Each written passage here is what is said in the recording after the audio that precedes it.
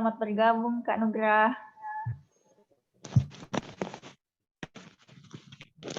Ya, terima kasih banyak. Kedengaran ya suaraku, Di?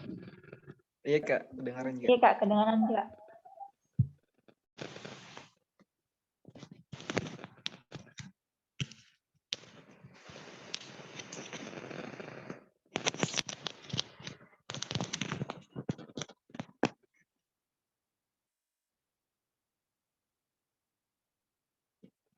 Kita jadi masih menunggu peserta, Dek. Iya, Kak, sudah mau dimulai.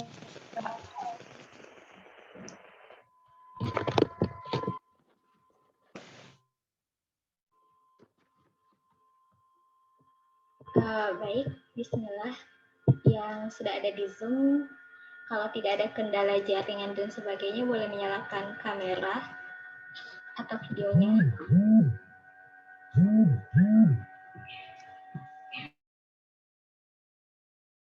Nanti bisa jadi mati. Karena semua sudah berkumpul, maka saya akan membuka kegiatan ini. Assalamualaikum warahmatullahi wabarakatuh. Waalaikumsalam warahmatullahi wabarakatuh. Alhamdulillah Rabbil Alamin, wassalatu wassalamu ala anbiya wal mursalin, Sayyidina Muhammad wa ala alihi wa sahbihi ajmain, amma ba'd. Puji syukur kita panjatkan kehadirat Allah Subhanahu wa Ta'ala atas limpahan dan karunia-Nya. Kita masih diberi kesempatan untuk menghadiri kegiatan Share to Care. Tak lupa pula salam dan salawat atas junjungan Nabi besar Muhammad SAW, Nabi yang menjadi rahmatan lil alamin. Saya ucapkan selamat datang kepada kakak dan teman-teman pengurus unit kegiatan mahasiswa Forum Studi Ilmiah Fakultas Peternakan Universitas Hasanuddin. Terlebih dahulu saya ingin menyapa partisipan yang ada sekitar 22 orang di Zoom. Bagaimana kabarnya kakak dan teman-teman semua? Alhamdulillah. Alhamdulillah. Baik. Alhamdulillah. Semoga kita semua sehat-sehat dan tentunya kita bisa mempersiapkan diri untuk menyimak materi dari narasumber yang akan berlangsung beberapa menit ke depan. Walaupun kita hanya dipertemukan secara online atau daring seperti ini, tentunya tidak akan mengurangi semangat kita akan sharing bersama beberapa waktu ke depan bersama narasumber yang kece. Adapun kegiatan malam hari ini merupakan kegiatan Share to Care, memahami peran dan tanggung jawab. Sudah sekitar 4 bulan kita menjalani kepengurusan ini dan sudah saatnya kita refleksi bersama sejauh mana sih kita memahami peran dan tanggung jawab kita dalam kepengurusan ini. Sebelumnya mari kita mendengar sepatah kata dari Ketua Umum UKM Forum Studi Ilmiah, Kak Ihsan Maulana. Dan ini dipersilahkan. Baik, terima kasih kepada MC. Bismillahirrahmanirrahim. Yang saya hormati pemateri Kak Anugrah Julia. Halo Kak, selamat malam. Yang saya hormati DPO Forum Studi Ilmiah. Yang saya hormati Wakil Internal, Wakil Eksternal Forum Studi Ilmiah. Yang saya hormati Koordinator PSDM serta teman-teman koordinator departemen lainnya dan serta teman-temanku yang ada di Forum Studi Ilmiah yang belum sempat saya sebut satu persatu. Assalamualaikum warahmatullahi wabarakatuh. Alhamdulillah, puja dan puji syukur kita panjatkan kehadirat Allah Subhanahu wa taala yang telah memberikan kita kesehatan, kesempatan sehingga pada malam hari ini kita dapat bertemu walaupun melalui via Zoom. Saya sangat berterima kasih kepada teman-teman semua, khususnya kepada panitia yang telah berpartisipasi dalam menjalankan kegiatan Share to Care ini. Saya harap kepada teman-teman semua bisa mendengarkan dan mendapatkan ilmu dari Kakak Nugrah, dan semoga ini bernilai ibadah buat kita semua. Dan tujuan dari Share to Care ini agar teman-teman dapat mendapatkan pengalaman pada pemateri, dan semoga ke depan teman-teman bisa merefleks dirinya, kira-kira apa yang kurang dari tanggung jawab ataukah apa yang kurang dari diri kita lah. Oke. Mungkin cukup sekian yang sempat saya sampaikan. Wallahumma muwaffiq ila aqwamit thoriq. Berpikir dengan otak, berkarya dengan pena, berjaya dengan tindakan. Assalamualaikum warahmatullahi wabarakatuh. Waalaikumsalam. Waalaikumsalam warahmatullahi wabarakatuh. Terima kasih Kak, itulah tadi sambutan dari Kak Ihsan Maulana selaku Ketua Umum UKM Forum Studi Ilmiah. Selanjutnya saya akan sapa moderator kita yang akan memandu kegiatan Share to Care ini. Assalamualaikum Kak Ildana. Waalaikumsalam Liza, Masya Allah. Bagaimana kabarnya Kak? Alhamdulillah, luar biasa, Allahu Akbar. Alhamdulillah. Sebelumnya saya akan membacakan CV moderator kita terlebih dahulu.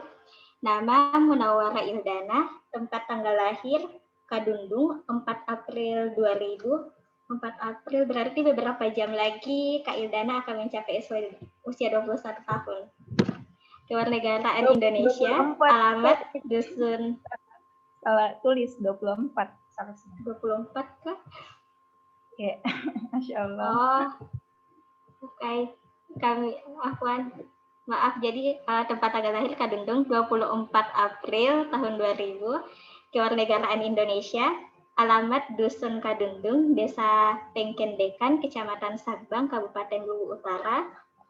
Hobi membaca, menulis, traveling, berkebun, dan memasak. Nomor telepon 085 348 055 387. Riwayat pendidikan TK Nur Alam Tarobok, SD 031 Tarobok, SMP 5 Baibunta, SMA 3 Luwu Utara, dan saat ini merupakan mahasiswi Fakultas Peternakan Universitas Hasanuddin. Organisasi yang diikuti Kak Ildana cukup banyak. Di antaranya adalah Volunteer Satu Atap, Volunteer America Field Service, Member International Student Oriented, Staff HRD UKM KPI Unhas, Koordinator HRD Female in Action Makassar, dan Koordinator HRD UKM Forum Studi Ilmiah Fakultas Peternakan Unhas. Dan penghargaan yang diraih oleh Kak Ildana, Masya Allah, ada cukup banyak prestasi dan penghargaan, baik di tingkat kampus, nasional maupun tingkat internasional. Di antaranya adalah juara 1 Agriculture Scientific Writing Competition level nasional di Universitas Sriwijaya pada tahun 2018, juara 1 Debat Peternakan Fest at level region Sulawesi Selatan di UIN Alauddin Makassar tahun 2019, peraih medali emas Innovation for Inclusive Development in Africa tahun 2020, peraih medali perak pada Indonesian International Applied Science Project Olympiad pada tahun 2020, dan pada tahun ini peraih medali perunggu pada ASEAN Innovative Science Environmental and Entrepreneur Fair pada tahun 2021. Baik, kepada Kak Ildana, waktu dan tempat saya persilahkan. Baik, terima kasih moderator atas kesempatannya. Baik teman-teman, sebelum kita memulai materi, saya ingin menyapa teman-teman semua di dalam room. Bagaimana kabarnya teman-teman? Alhamdulillah. Ya, kita juga ingin menyapa pemateri kita yang luar biasa pada malam hari ini, Kak Anugrah Julia. Bagaimana kabarnya, Kak? Halo Ilil, apa kabar? Alhamdulillah baik, terima kasih. Apa kabar teman-teman Fosil? Semoga sehat selalu. Amin, amin. Ini Kak. Bismillahirrahmanirrahim. Nahmaduhu wa nasta'inuhu wa nastaghfir wa na'udzu billahi min syururi anfusina wa min sayyiati a'malina may yahdihillahu fala mudhillalah wa may yudlilhu fala hadiyalah. Asyhadu an la ilaha illallah wa asyhadu anna Muhammadar Rasulullah la nabiyya ba'dah.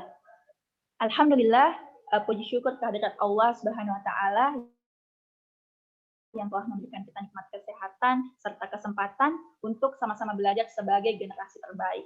Ya, pada malam hari ini teman-teman kita memasuki materi yaitu share tukar mengenai memahami peran dan tanggung jawab. Nah, mungkin teman-teman berpikir nih, kenapa sih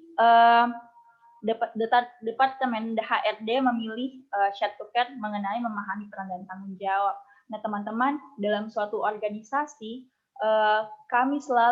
kita selalu mengharapkan suatu progres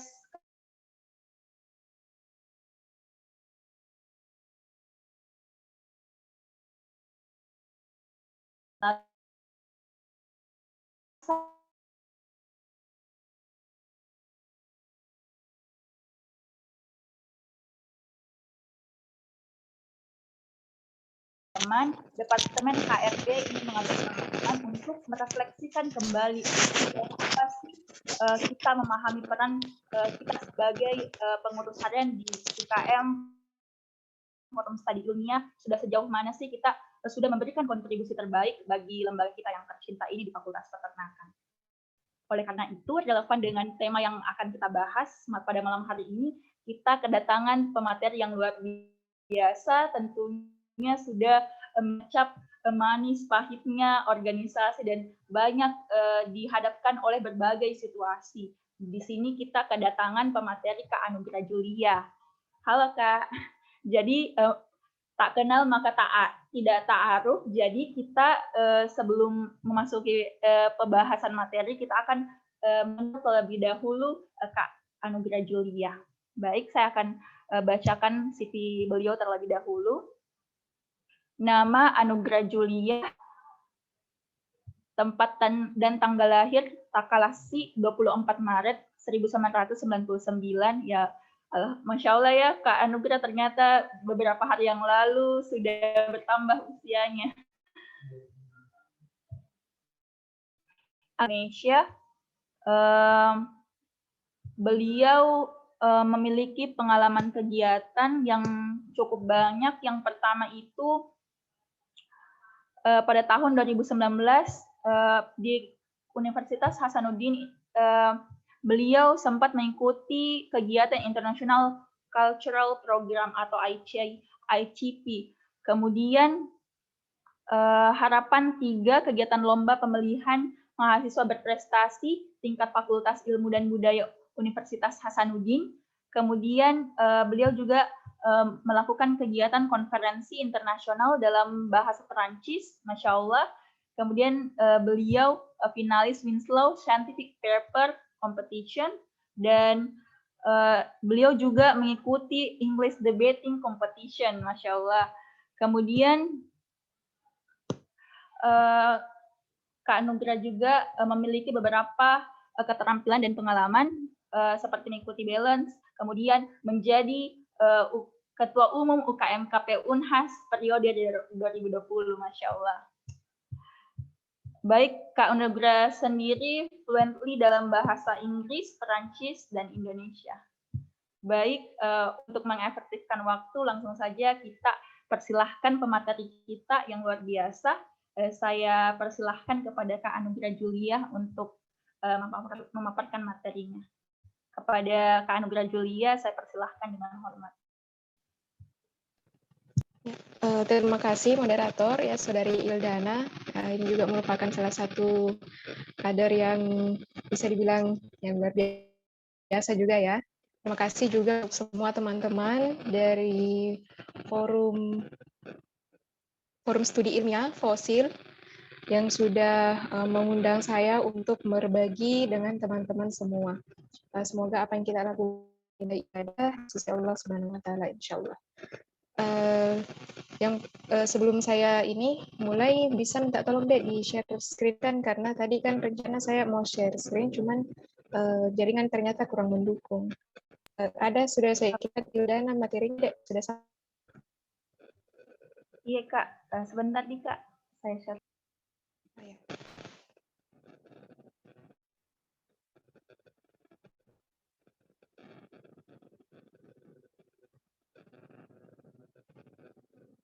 Ya, sembari menunggu, saya juga ingin mengucapkan terima kasih dan penghormatan kepada Ketua Umum UKM Fosil Studi Ilmiah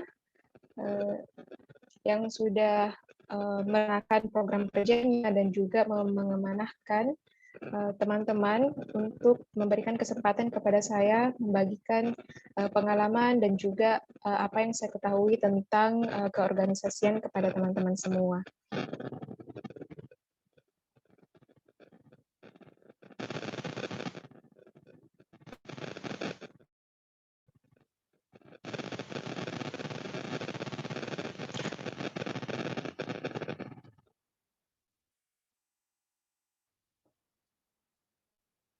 Kalau boleh tahu, Forum Studi Ilmiah berdiri berapa tahun?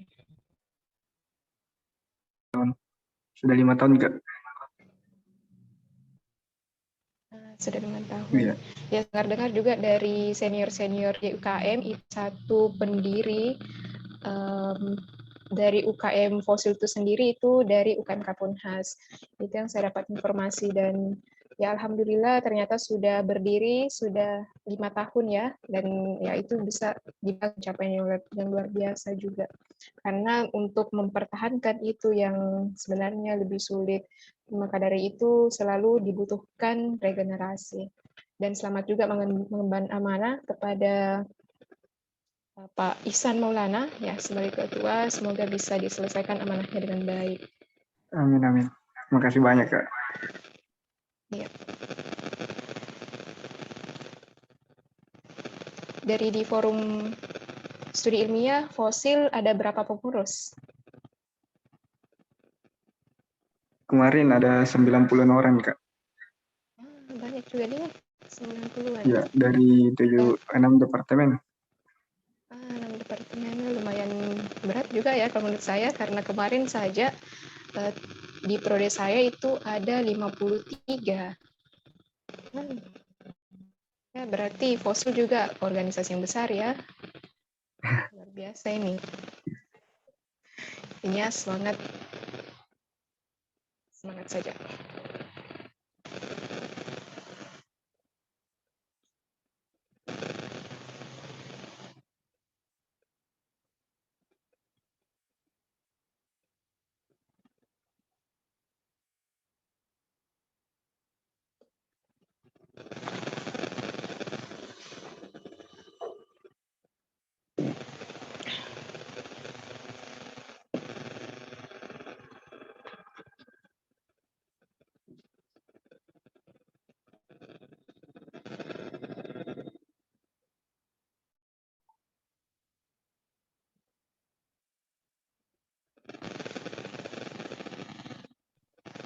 Sebentar nih Kak, lagi loading laptopku Kak, Masya Allah. Oke, sip. Ya, kemarin juga di kegiatan kan kebanyakan bahkan hampir seluruh program kerja juga dilakukan secara online. Ya, kalau yang seperti ini ya sudah hal biasa dan ya dimaklumi karena berbasis online.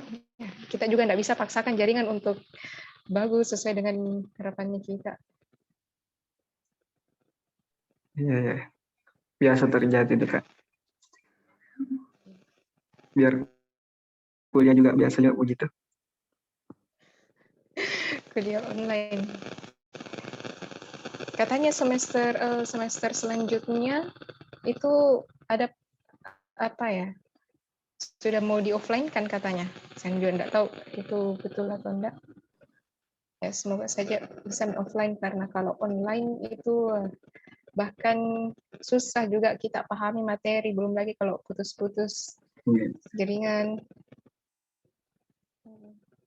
Ya kalau saya juga sudah tidak ada Miss, sebenarnya kuliahku sudah di akhir nih juga ini Alhamdulillah. penghujung. Penghujung ini Kak Diki. Alhamdulillah ya di penghujung. Tapi ya semoga sudah dekat penghujungnya.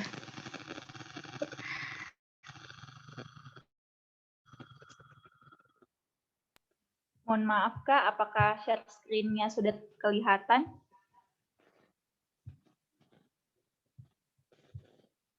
Ya, oke.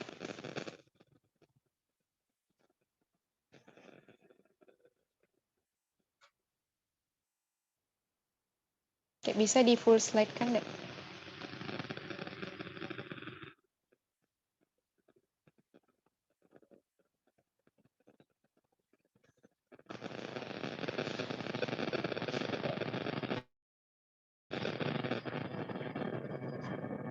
Oh, kayaknya goyang fontnya di dalam. Tidak apa-apa. Oke, bisa saya mulai, moderator? Bisa kita mulai?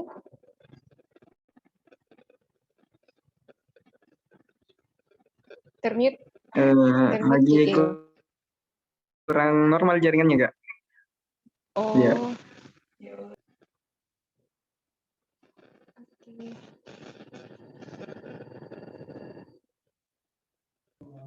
Iya Kak, silahkan. Masya Allah. Mohon maaf Kak, ini ngelek-ngelek sedikit. Iya, tidak apa-apa deh, itu yang penting bisa tersampaikan isinya di dalam. Bismillahirrahmanirrahim. Bismillahirrahmanirrahim. Wahlul 'uqdatam min lisani yafqahu. Puji syukur kita panjatkan atas kehadirat Allah Subhanahu wa taala yang masih memberikan kita kesehatan, kesempatan untuk sama-sama hadir di forum ini dalam rangka berdiskusi mengenai memahami peran dan tanggung jawab. Salam serta salawat tak lupa kita aturkan kepada Nabiullah Muhammad SAW. Ya, terima kasih ya untuk sekali lagi terima kasih untuk teman-teman dari Forum Studi Ilmiah Fosil yang sudah memberikan saya kesempatan untuk sharing dengan teman-teman sekalian. Kemarin saya dihubungi sama ya Ildana langsung untuk membawakan Share to Care ini, program kegiatan Share to Care, yaitu memahami peran dan tanggung jawab. Sebenarnya saya cukup senang ya dengan apa yang kita akan bahas pada kesempatan kali ini, karena saya sendiri sangat senang kalau melihat orang-orang itu bisa menjalankan tugas dan tanggung jawabnya dengan perhatian dan dedikasi. Jadi menurut saya materi ini atau topik yang kita akan bicarakan ini sangat akan menginspirasi sekali juga untuk teman-teman sekalian. Nah, di dalam organisasi kamu bisa belajar memanajemen dan cara mendisiplinkan diri. Oleh karena itu, manfaatkanlah organisasimu sekarang untuk membuat kamu menjadi pribadi yang lebih baik. Ya, sedikit saya sharing ya. Saya itu masuk berorganisasi dan dapat pengalaman organisasi itu pertama kali di universitas. Jadi tidak ada pengalaman sama sekali di SMA. Saya kan tidak tahu bagaimana itu sebenarnya organisasi. OSIS pun saya tidak tahu bagaimana gambarannya. Tapi kemudian ketika masuk di Universitas Hasanuddin, ya salah satu UKM yang menarik hati saya itu memberi mengembangkan diri saya dan menemukan potensi yang saya miliki. Jadi teman-teman yang ada di organisasi saat ini, khususnya di UKM studi ilmiah, ya bersyukurlah karena di organisasi kalian akan belajar bagaimana caranya untuk mengembangkan diri, menemukan potensi yang kalian miliki, dan itu akan sangat bermanfaat untuk kita semua, bukan hanya untuk pribadi kita malah, tapi untuk orang lain juga, karena di situ kita dapat memberikan kemampuan kita kepada untuk kebermanfaatan banyak orang. Untuk berorganisasi, dan ingat kita dalam berorganisasi itu kita istilahnya kerja dengan sukarela. Memang dalam organisasi kita itu bekerja dengan secara sukarela, jadi apapun yang terjadi itu sebaiknya kita laksanakan dengan penuh tanggung jawab, karena itu sudah menjadi komitmen kita bersama ketika kita sudah masuk dalam suatu organisasi, berarti kita untuk mengambil peran dan tanggung jawab Dan itulah yang diharapkan oleh misalkan oleh para pengurus merekrut para anggotanya, itu diharapkan oleh mereka bisa dapat berdedikasi atau berkontribusi untuk lembaga. Jadi seperti itu. Jadi orang-orang juga yang ada di sini pasti sudah diberikan kepercayaan, juga dipercaya untuk dapat menjalankan roda organisasi. Jadi dari teman-teman sendiri itu sudah memiliki, dari orang lain itu sudah mendapatkan kepercayaan dari orang lain untuk menjalankan roda organisasi. Setidaknya kita harus bisa menjalankan tugas dan tanggung jawab itu, dan juga nantinya kita orang-orang yang beriman juga pasti akan, kita juga percaya bahwa apa yang kita lakukan di dunia ini juga akan dipertanggungjawabkan, bukan hanya dalam bentuk korban, tapi juga di akhirat kelak, insya Allah. Nah, jadi saya sedikit berikan gambaran apa yang akan diskusikan pada kesempatan ini. Yang pertama, mengenai peran dan tanggung jawab dalam kepanitiaan, kemudian struktur dan fungsi kepanitiaan, kemudian bagaimana peran steering komite SC dan organizing komite, dan pentingnya pendekatan persuasif. Nah, sebenarnya banyak ya hal-hal umum yang sekiranya perlu untuk dibahas, tapi nanti akan saya selip-selipkan sembari membagikan kepada teman-teman pengalaman-pengalaman terkait keempat hal ini. Jadi yang pertama ya, sebelum masuk ke, ini sudah masuk ya? Sudah bisa move deh. Ya.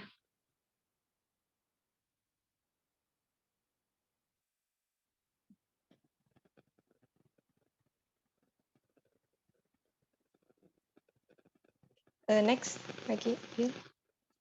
Iya, jadi sebelum masuk pada inti, setidaknya kita bisa tahu terlebih dahulu apa sih yang kita lakukan dalam organisasi. Nah,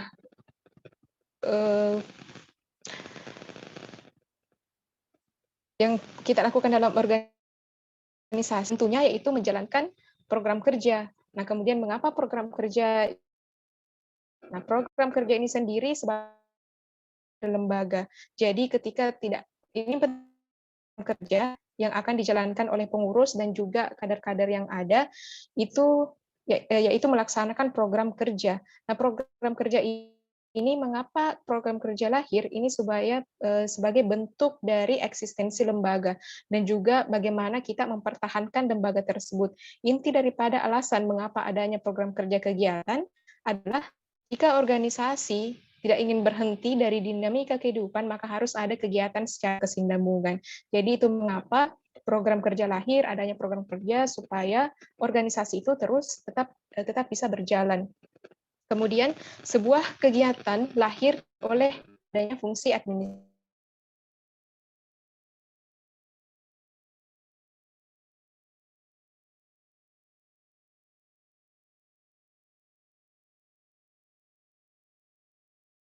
Lebih dahulu. Kemudian organisasian bagaimana nanti kegiatan-kegiatan ini akan dijalankan sesuai dengan struktur supaya tahap-tahapan supaya bisa terlaksana dengan baik. Kemudian eksekusi pelaksanaannya, kemudian pengawasan yang akan dilakukan oleh bagian-bagian dari kepengurusan tersebut yang menjalankan roda organisasi, dan juga bentuk pengevaluasian. Mengapa adanya evaluasi? Supaya kita tahu bagaimana sebenarnya kondisi terkini dari organisasi kita.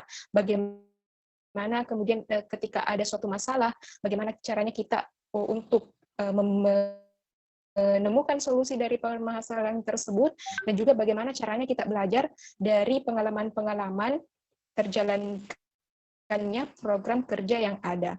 Jadi dalam pelaksanaan kegiatan itu ada beberapa hal yang secara fungsional, secara fungsi administrasi itu perlu untuk dijalankan.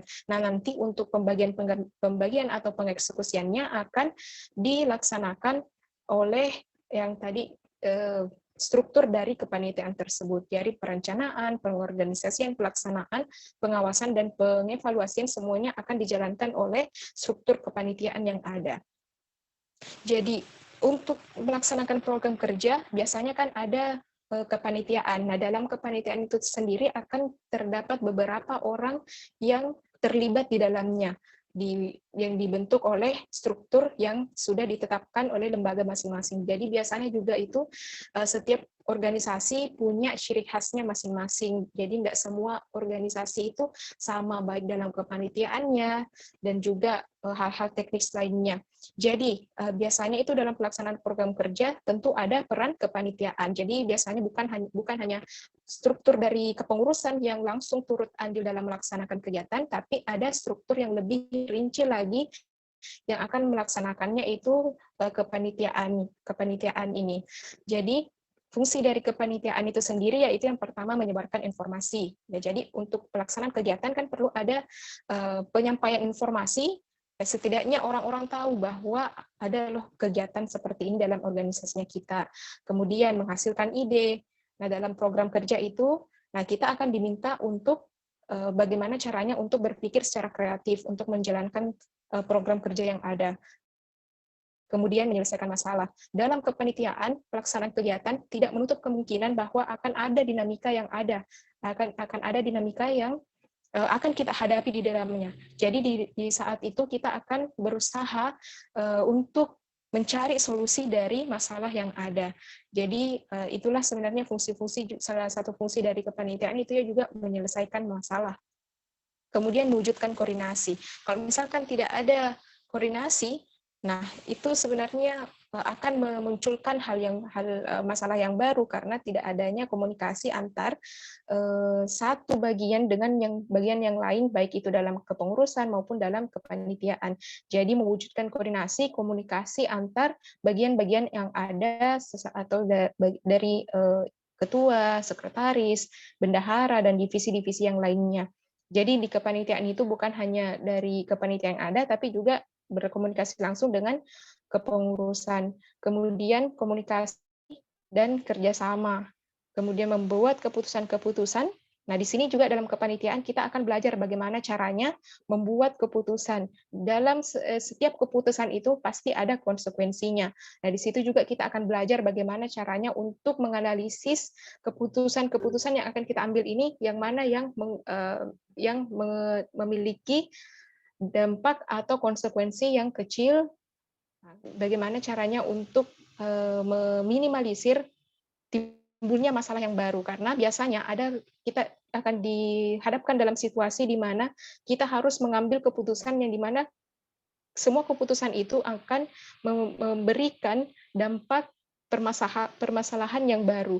Nah, di situ kita belajar caranya memanajemen konflik, ya bagaimana caranya untuk mengatasi seluruh masalah-masalah yang ada. Jadi semua ininya berkaitan. Kemudian yang terakhir yaitu melaksanakan kegiatan tentunya. Nah, dalam struktur kepanitiaan itu yang paling umum adanya steering committee dan juga organizing committee.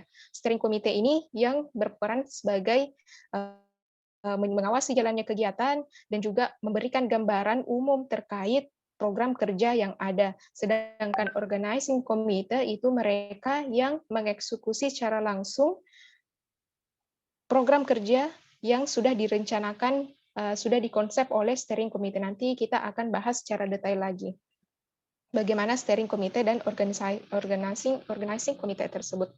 Ya, jadi apa yang kita jalankan dalam organisasi itu semua berawal dari program kerja yang ada sebagai bentuk eksistensi lembaga dan juga untuk mempertahankan jalannya organisasi. Untuk mewujudkan itu semua perlu adanya kepanitiaan dalam organisasi tersebut atau pelaksana kegiatan yang di dalamnya ada steering committee dan juga organizing committee. Nah, mendesain struktur kepanitiaan ini sebenarnya lebih kepada fungsi PSDM, ya, pengembangan sumber daya manusia. Bagaimana caranya mereka melihat potensi-potensi dari setiap kadernya, dan juga bagaimana caranya mereka untuk menempatkan nanti kader-kader sesuai dengan kemampuan dan potensinya. Yang pertama yaitu menyusun kepanitiaan dengan menempatkan orang sesuai dengan kemampuannya.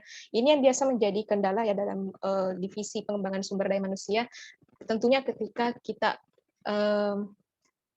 menyusun suatu kepanitiaan, nah, divisi PSDM harusnya tentunya tahu bagaimana potensi-potensi yang dimiliki oleh kadernya. Maka dari itu perlu dari divisi PSDM sendiri berinteraksi, membangun komunikasi dengan kader-kadernya itu. itu penting sekali. Karena dari situ kita bisa mengetahui bagaimana sebenarnya gambaran dari kader-kader yang akan kita tempatkan nanti. Karena ketika kita menempatkan seseorang yang bukan pada bidang yang bahkan sudah kita tahu dia tidak akan bisa mengembangkan dirinya di situ atau tidak bisa, sulit untuk istilahnya menyesuaikan diri dengan tanggung jawab yang ditempatkan, itu justru akan membawa dampak negatif kepada kepanitiaan nantinya. Karena seseorang kita tidak bisa paksakan, kamu misalkan seseorangnya introvert misalkan, atau tidak terlalu suka atau belum terlalu bisa, tidak terlalu suka berinteraksi dengan banyak orang, ya. Terus kita tempatkan di divisi apa? Dana dan usaha misalkan, pergi cari penggalangan dana, ya itu kan juga merupakan suatu apa ya? Pasti suatu tantangan besar bagi dirinya. Nah, untunglah kalau misalkan dia masih bisa untuk beradaptasi, tapi kalau masih istilahnya masih belajar untuk beradaptasi itu akan sulit. Jadi kita setidaknya bisa tahu dulu bagaimana sih karakter seseorang ini, bagaimana potensinya ketika dalam bersosialisasi itu bagaimana, apakah pas ditempatkan di sini atau tidak. Nah, kita harapkan juga ya dalam setiap kader itu di organisasi mereka punya keinginan untuk belajar. Nah, itu sebenarnya yang penting. Jadi ada kemauan untuk mengembangkan diri. Nah, jadi itu akan bermanfaat bagi dirinya dan juga bermanfaat bagi organisasi. Nah, itu menyusun kepanitiaan dengan menempatkan orang sesuai dengan kemampuannya. Itu yang penting. Kemudian, syarat menjadi panitia ya, harus mau, tahu, mampu, dan ada waktu.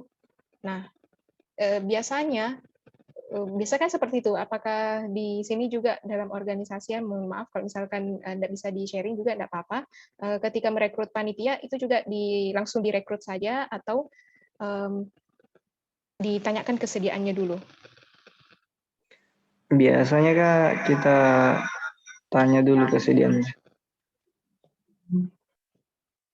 Kalau dari beberapa kegiatan ini yang jalan itu ditanyakan dulu. Ya di.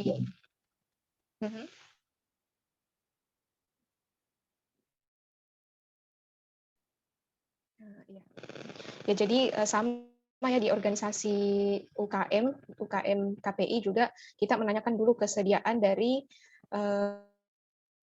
calon panitia yang ada, karena biasanya langsung biasa ada namanya di situ, mereka kadang tidak berterima atau belum sesuai dengan kondisinya mereka pada saat itu, apakah masih sibuk dan mengerjakan tugas atau lagi susun laporan dan lain-lain. Nah, itu kita tidak tahu. Maka dari itu setidaknya penting untuk menanyakan kesediaan dari calon panitia itu sendiri. Nah, mereka harus mau belajar dan juga mampu untuk melaksanakan tugas dan tanggung jawab yang akan diberikan. Dan juga ada waktu. Mereka juga harus bisa membagi waktunya dengan kegiatan-kegiatan mereka yang lain. Kemudian, membuat struktur organisasi kepanitiaan. Jadi, disinilah perannya BSD mengatur struktur dari kepanitiaan. Utamanya itu ada steering committee dan juga organizing committee. Apakah nanti di dalamnya akan ada divisi-divisi yang berbeda? Misalkan kan sudah itu merupakan sesuatu yang pasti. Ada ketua, sekretaris, bendahara, dan juga divisi-divisi yang lainnya. Dan divisi-divisi tersebut itu kita sesuaikan dengan kebutuhan dari kegiatannya kita. Contohnya kemarin itu di kepengurusan kita hampir semuanya itu kita jalankan secara online, ya otomatis kan kegiatan offline dan online itu agak berbeda dari segi pelaksanaannya juga dan juga kebutuhan dalam kepanitiaannya. Nah, itu kita sesuaikan tergantung dari kondisi. Ya, yang lebih berat dalam kehidupan adalah tidak memiliki tanggung jawab sama sekali. Bisa di slide sebelumnya, Dek? Sedikit lagi. Slide sebelumnya. Sebelumnya lagi. Iya. Nah, jadi masih di sini. Next.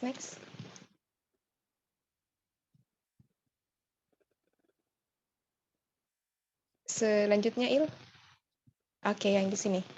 Ya. Yang lebih berat dalam kehidupan adalah tidak memiliki tanggung jawab sama sekali.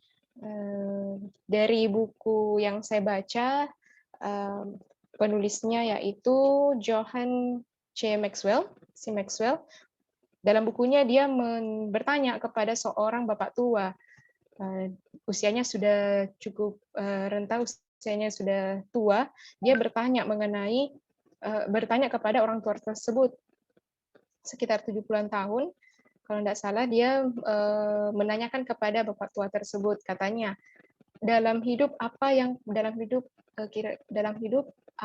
paling berat? Terus si bapak tua menjawab, yang paling berat adalah tidak memiliki tanggung jawab sama sekali.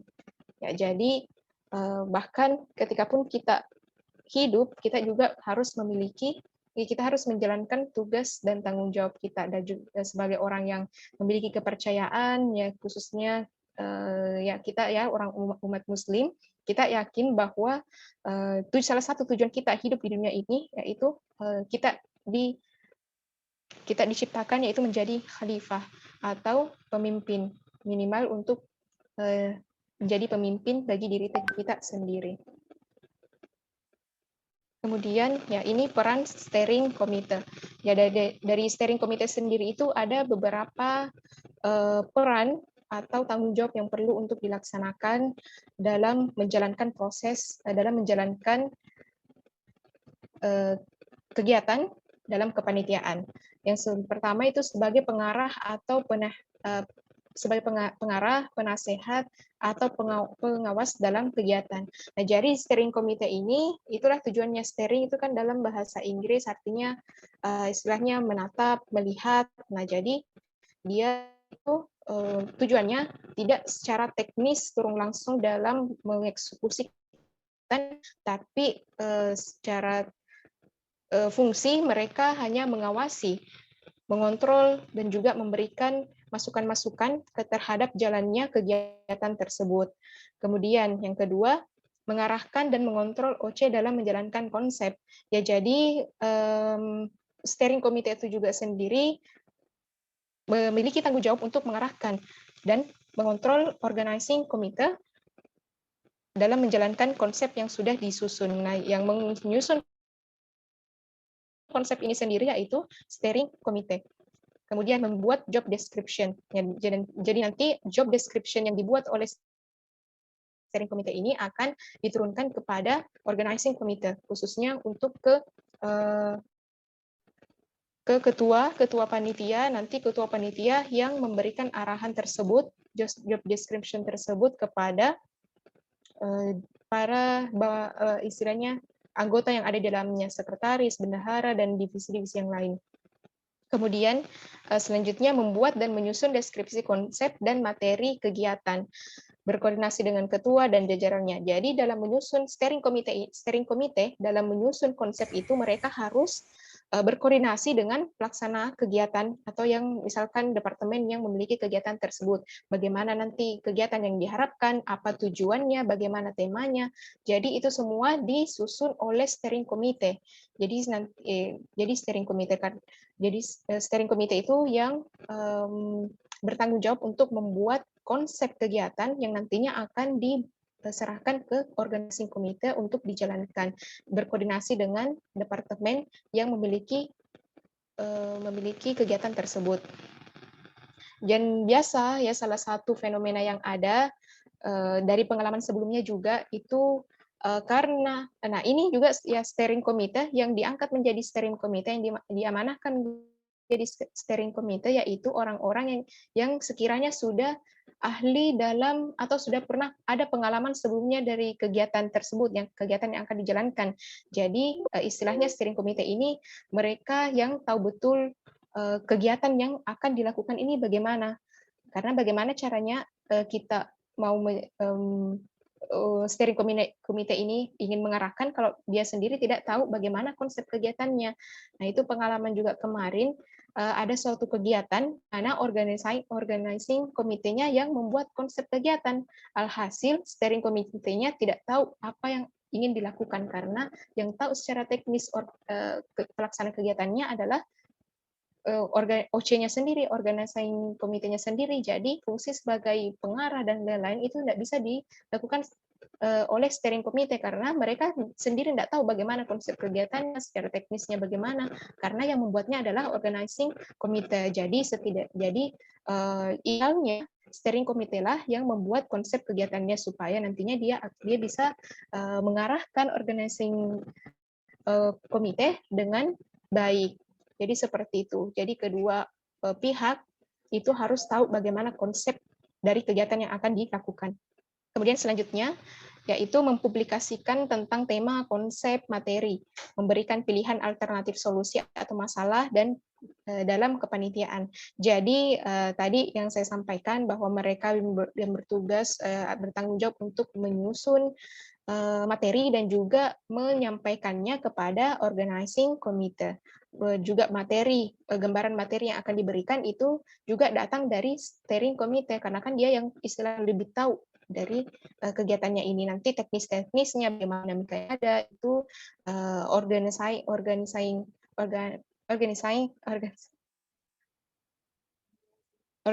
committee lah yang tahu. Nah, jadi mereka juga punya tanggung jawab untuk memberikan pilihan alternatif solusi atas masalah dalam kepanitiaan. Jadi juga tidak dituntut secara langsung untuk menyelesaikan masalah, tapi setidaknya bisa memberikan solusi atas permasalahan yang dihadapi oleh organizing committee. Jadi mereka memberikan opsi seperti ini juga supaya organizing committee itu juga bisa belajar bagaimana caranya untuk mengambil keputusan. Jadi ada beberapa alternatif pilihan, nanti organizing committee-nya lah yang akan menganalisis solusi-solusi yang setidaknya bisa diambil karena mereka yang tahu secara detail bagaimana dinamika yang ada dalam kepanitiaan tersebut. Karena mereka organizing committee yang pelaksana secara teknis. Kemudian yang terakhir, memantau kerja organizing committee pada kegiatan bersama seluruh OC, mengevaluasi keseluruhan rangkaian acara kegiatan. Nah, jadi dengan steering committee, OC atau organizing committee, mereka yang memantau dan juga mengevaluasi bersama bagaimana jalannya kegiatan tersebut. Nah, itu setidaknya peran-peran yang perlu diketahui oleh steering committee. Kemudian bagaimana peran organizing committee sendiri?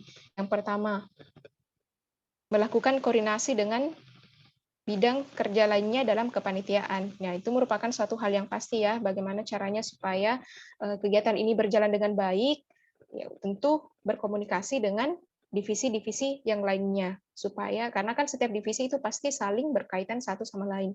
Kemudian mempertanggungjawabkan segala kegiatan yang telah dan akan dilaksanakan kepada koordinator. Nah, ini ya tahap terakhir ya. Kemudian berpartisipasi aktif dalam melaksanakan kegiatan sesuai rencana. Ketika kita bagaimana sebelum menyusun kepanitiaan, tentunya tadi kita sudah diminta panitia sudah dimintanya untuk melaksanakan kegiatan tersebut. Maka dari itu mereka bertanggung jawab untuk berpartisipasi aktif dalam melaksanakan kegiatan sesuai dengan yang direncanakan. Kemudian berikan bantuan lintas divisi. Kan biasa itu dinamika yang ada dalam organisasi, kalau misalkan saya di divisi hubungan masyarakat dan misalkan dari divisi dana dan usaha mereka terkendala dalam proses eksekusi. Dari divisi Humas sendiri mengatakan bahwa saya itu bukan tugas saya. Saya punya tugas yang lain, tapi nah di sini peran bantuan lintas divisi dibutuhkan. Jadi tidak ada ego bahwa saya divisi ini, saya apa yang dilakukan oleh divisi dana dan usaha, nah itu juga saya tidak bisa terlibat. Nah, ada beberapa hal, yaitu dalam satu divisi kita tidak bisa terlibat langsung, tapi dalam suatu hal yang sifatnya secara fisik, misalkan penggalangan dana, itu sekiranya ada bantuan dari setiap divisi anggota-anggotanya untuk berpartisipasi menyukseskan job desk atau membantu job desk dari divisi yang lainnya. Jadi saling memberi bantuan lintas divisi. Kemudian melaporkan perkembangan kerjanya dalam rapat kepanitiaan. Nah, ini juga yang merupakan salah satu hal yang penting sebagai bentuk koordinasi, bagaimana caranya kita melakukan rapat-rapat kepanitiaan, karena itu penting. Disitulah kita bisa mengetahui bagaimana kondisi kepanitiaan yang ada, apa kendala-kendalanya, dan disitulah juga kita dapat melihat bagaimana solusi yang bisa kita berikan terhadap masalah yang ada. Nah, jadi sangat penting untuk melakukan koordinasi atau rapat-rapat panitia untuk mengevaluasi kinerja dari kepanitiaan tersebut. Kemudian menyusun laporan. Nah, ini merupakan salah satu tugas dari organizing committee, yaitu menyusun laporan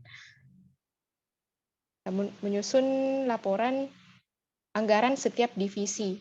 Nah, jadi setiap divisi itu perlu ada laporan tentang bagaimana berapa yang mereka butuhkan, dan tidak bisa kita pungkiri bahwa dalam suatu kegiatan itu tidak dibutuhkan dana, pasti akan ada kita butuhkan suatu dana, khususnya kalau kegiatan besar. Nah, itu kita perlu untuk merincikan dana yang dibutuhkan setiap organisasi. Nanti itu akan disampaikan atau dikerjakan secara rinci oleh bagian yang memiliki tanggung jawab langsung di situ, seperti bendahara, ya, itu memiliki peran untuk membuat laporan anggaran dana setiap divisi. Dan yang terakhir, membuat laporan pertanggungjawaban. Jadi dalam suatu kepanitiaan itu biasanya kita diminta untuk membuat laporan pertanggungjawaban sebagai bentuk realisasi bahwa, atau sebagai bentuk bukti bahwa kita telah melaksanakan kegiatan tersebut, di luar daripada berhasil atau tidaknya, tapi setidaknya ada laporan yang bisa kita lihat bahwa standarnya seperti ini dinamika yang ada dalam organisasi tersebut. Kemudian lanjut, ciri kegiatan ciri kegiatan yang tidak berhasil adalah tujuan yang tidak tercapai, waktu yang dibutuhkan terlalu lama atau tidak sesuai rencana, atau biaya yang terlalu besar. Bisa salah satunya atau gabungan dari ketiganya. Nah, jadi biasanya kalau contoh kegiatan yang tidak berjalan dengan baik, yaitu waktu yang dibutuhkan terlalu lama. Apakah itu terlalu banyak dinamika yang ada? Dinamika perlu, atau masalah-masalah yang terjadi dalam kepanitiaan itu perlu, karena di situ akan menguji kita bagaimana caranya menyelesaikan masalah, berinteraksi dengan yang lain ketika muncul masalah, dan di situ juga kita bisa belajar. Tapi kalau terlalu banyak juga masalah, itu juga memberikan dampak negatif juga terhadap jalannya kegiatan. Jadi perlu untuk dijalankan baik-baik, dipikirkan dan dikonsep dengan baik berjalannya kegiatan tersebut. Kemudian fungsi yang pertama kan dalam organizing committee itu tentunya ada ketua panitia. Jadi inilah yang merupakan kepala dari pelaksana kegiatan itu sendiri. Jadi apa-apa saja yang perlu untuk dilakukan sebagai ketua panitia atau koordinator pelaksana kegiatan, yaitu yang pertama, merencanakan kerja panitia. Nah, ini kan tadi dari steering committee itu ada job desk yang diberikan apa-apa saja yang perlu untuk dilakukan setiap divisi. Sekretaris bendahara itu akan diberikan kepada organizing committee. Jadi dari steering itu sendiri memberikan job desk tersebut atau arahan tersebut kepada ketua panitia, dan ketua panitia yang nantinya akan berkoordinasi kepada sekretaris, bendahara, dan juga divisi yang lainnya. Kemudian mengadakan rapat koordinasi. Nah, ini yang paling penting juga, bagaimana caranya untuk kita mengetahui apa yang terjadi dalam kepanitiaan tersebut, apa yang dibutuhkan, apa yang sedang terjadi, itu akan dibicarakan di dalam rapat koordinasi. Kemudian menyimpan dokumen dan informasi. Ini biasanya juga merupakan tugas dari sekretaris, ya. Jadi untuk mengingatkan kembali sekretaris dan juga secara langsung mengeksekusi, ya, ada sekretaris untuk menyimpan dokumen dan informasi. Dan semua yang dilakukan dalam kepanitiaan itu akan ditanyakan oleh ketua panitia, karena dia yang diharapkan mengetahui secara umum bagaimana gambaran pelaksanaan kegiatan tersebut. Kemudian memotivasi panitia untuk bekerja. Jadi bukan hanya sekedar menyampaikan bahwa kerjakan ini dan itu, tapi juga memberikan dukungannya baik secara mental yang biasanya setidaknya memberikan dukungan atau semangat kepada anggota-anggotanya supaya bisa bekerja dengan baik. Dan kemudian mengawasi dan mengarahkan pekerjaan. Di ketua panitia itu juga bertanggung jawab untuk mengarahkan panitia yang lainnya untuk menjalankan tugas dan tupoksi yang ada. Kemudian meminta hasil kerja dan evaluasi. Nah, jadi pada akhirnya sebagai ketua panitia kita yang menjadi penanggung jawab secara keseluruhan kegiatan tersebut. Jadi pentingnya ketua panitia juga itu baik secara tanggung jawab secara administratif juga perlu memiliki kemampuan istilahnya harus punya kecerdasan emosional karena kita tidak ingin misalkan kalau seseorang meminta kita untuk melakukan sesuatu sebagaimana tanggung jawab ketua panitia itu sendiri, kita pasti ingin senang hati rasanya ketika melaksanakan suatu apa yang diturunkan langsung atau perintah ya istilahnya kasarnya perintah kepada ketua panitia dari ketua panitia itu kita enak rasanya kalau penyampaiannya baik dan juga ketua panitia itu harus punya rasa istilahnya bisa mengerti keadaan atau situasi dari anggota-anggotanya. Jangan sampai misalkan anggotanya sedang sakit, misalkan karena bentuk profesionalitasnya yang tinggi, nah itu mereka dipaksa atau bagaimana. Nah, itu sebagai ketua panitia kita juga perlu ada rasa empati atau bisa mengerti keadaan orang-orang di sekitar kita atau orang-orang anggota-anggotanya kita harus perhatian karena setelah misalkan kalau kita sebagai anggota yang melewati masa sulit dalam kepanitiaan ketika kita sudah pulih kembali, kita juga akan merasa bersemangat kembali bahwa saya sudah pernah ketua panitiaku perhatian sekali, jadi saya harus mengerjakan suatu hal lainnya untuk menebus apa yang belum bisa saya lakukan dari perintah misalkan seperti itu. Kemudian membangun komunikasi dengan kader. Next, slide selanjutnya.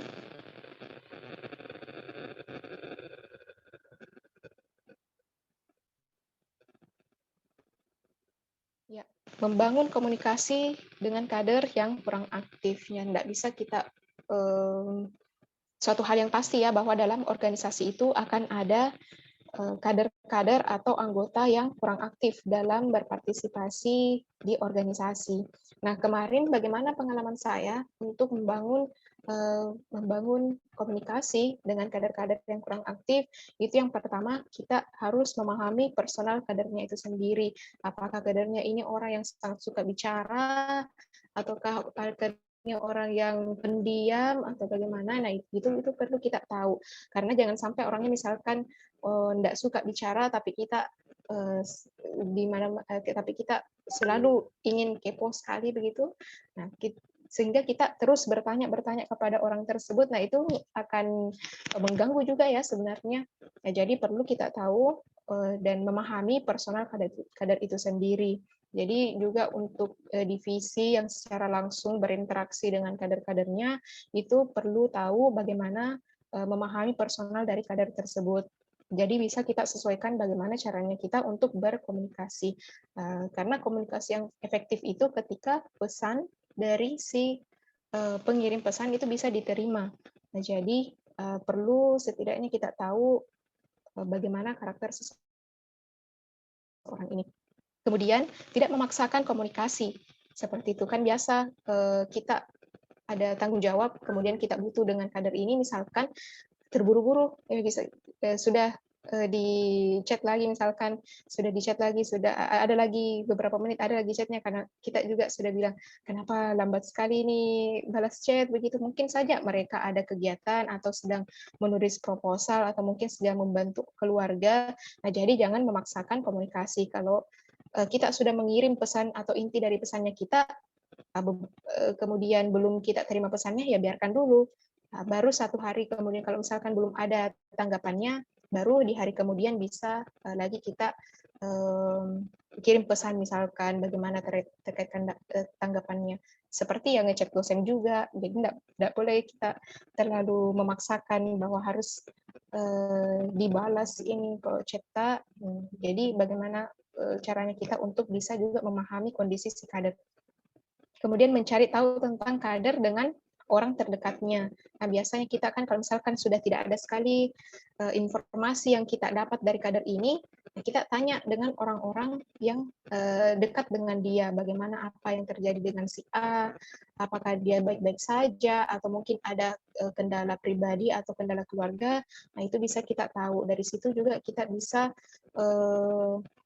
membantu, bagaimana caranya kita membantu mereka ketika menghadapi kondisi yang ada.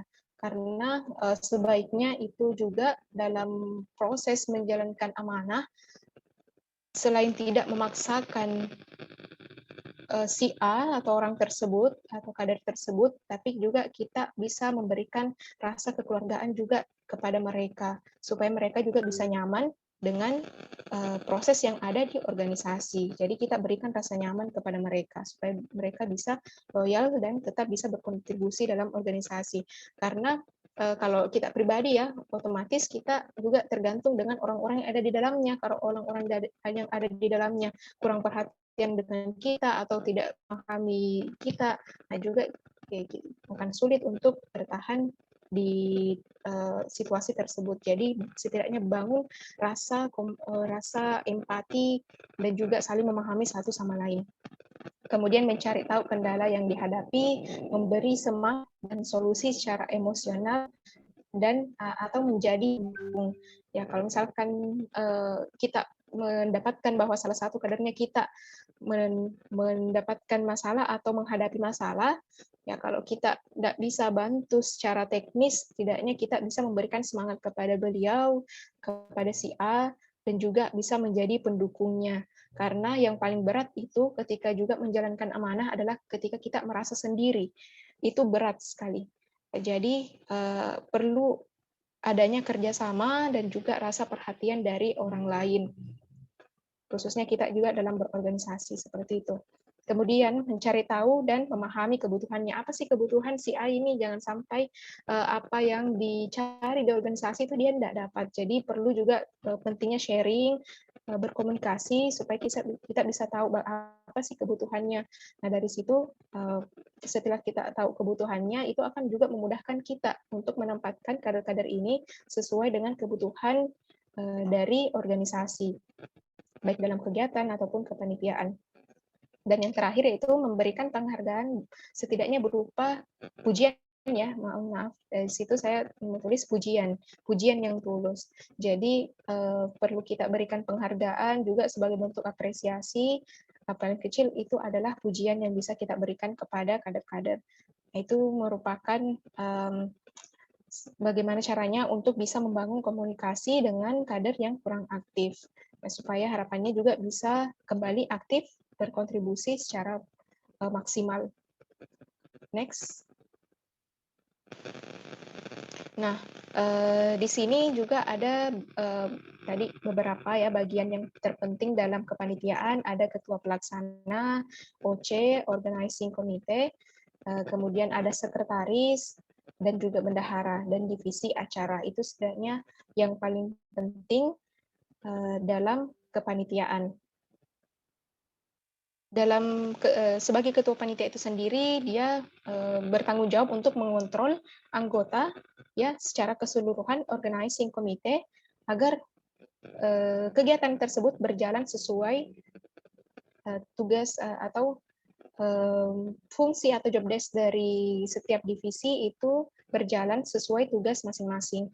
Kemudian sekretaris itu memiliki tugas sebagai notulensi prakegiatan atau dalam kegiatan atau dalam rapat, surat menyurat internal organizing committee maupun eksternal, kemudian membuat proposal LPJ, dan juga berkoordinasi dengan bendahara. Itu mengapa ke bendahara, karena kan dalam laporan atau proposal itu tentunya penting untuk dicantumkan rincian dana, dan dana tersebut atau rincian dana tersebut itu dibuat oleh bendahara. Jadi dari bendahara itu sendiri membuat rincian anggaran belanja kegiatan, membuat list donatur atau sumber dana potensial, mengatur keuangan kegiatan, dan juga membuat LPJ dengan berkoordinasi dengan sekretaris. Kemudian dari divisi acara itu sendiri, ini ya, karena dalam suatu kegiatan tentunya pasti ada acaranya atau kegiatannya. Jadi hal yang inilah yang sekiranya paling urgent untuk dimiliki dalam struktur kepanitiaan. Adapun dari divisi yang lain juga itu penting, tapi tergantung dari kebutuhan kegiatan itu sendiri, apakah itu offline ataupun online. Ya, dari acara itu sendiri menentukan rapat rutin prakegiatan, karena yang menentukan dia yang tahu secara teknis kegiatan atau acara itu bagaimana, itu dari divisi acara. Jadi perlu ada koordinasi dari setiap divisi-divisi yang ada. Kemudian menyusun susunan acara dengan efisien. Divisi acara hanya menyusun membuat susunan acara, rundown-nya seperti itu secara acara, karena untuk menentukan isi acara adalah koordinasi seluruh SC dan OC. Juga biasanya itu dari divisi acara menjadi timekeeper atau pengatur waktu saat acara berlangsung dan menjaga ketertiban selama acara berlangsung. Ya, efektifnya itu tulis apa yang akan dikerjakan, kerjakan apa yang telah ditulis, dan tulis apa yang Anda kerjakan. Nah, dari situ kita bisa mengetahui secara detail atau secara jelas bahwa apa yang sudah dilaksanakan dan apa yang sudah terjadi dalam kepanitiaan. Nah, seperti itu. Next. Sudah sampai di situ.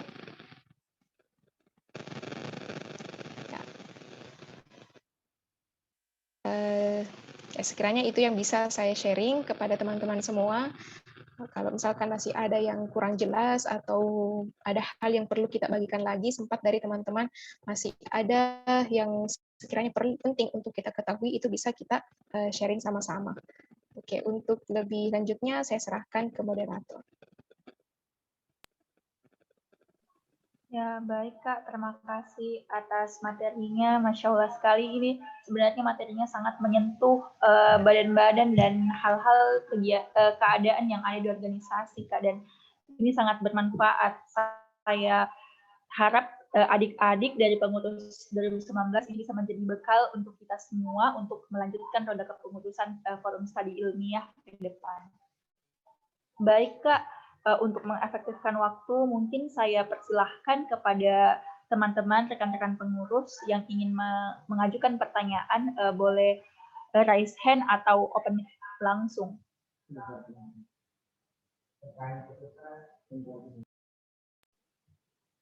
Ya teman-teman, ada yang ingin bertanya? Dipersilahkan.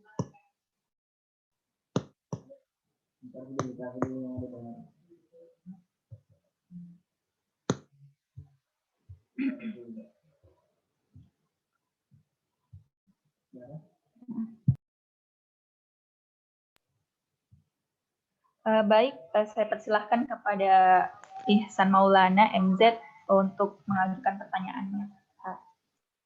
Dipersilahkan. Baik, terima kasih kepada moderator, dan saya sangat berterima kasih juga kepada pemateri, Kak Anugrah Julia. Luar biasa sekali materinya. Jadi pertanyaan saya ini Kak, langsung saja. Nah, biasanya mahasiswa di Universitas Hasanuddin ini kan melebihi beberapa lembaga. Mahasiswanya maksudnya masuk di lebih dari satu lembaga. Nah, biasanya mereka itu kurang efektif dalam menjalankan sebuah kegiatan. Nah, menurut pendapat kakak itu seperti bagaimana, Kak? Baik, terima kasih pertanyaan yang diajukan oleh Saudari Ihsan. Mungkin langsung dijawab di Kak Anugrah. Atau mau ditampung dulu? Siapa tahu masih ada satu atau dua, nanti sekalian dijawab. Oh iya Kak, Kalau kalau mau nggak ada, ya ditampung langsung dulu. dijawab. Teman-teman masih ada yang ingin bertanya? Atau mungkin Kak, sembari teman-teman mungkin menyiapkan pertanyaannya, mungkin bisa langsung dijawab, terus nanti sembari menunggu pertanyaan teman-teman. Kak, saya ingin bertanya, Saya Kak. persilahkan Kak.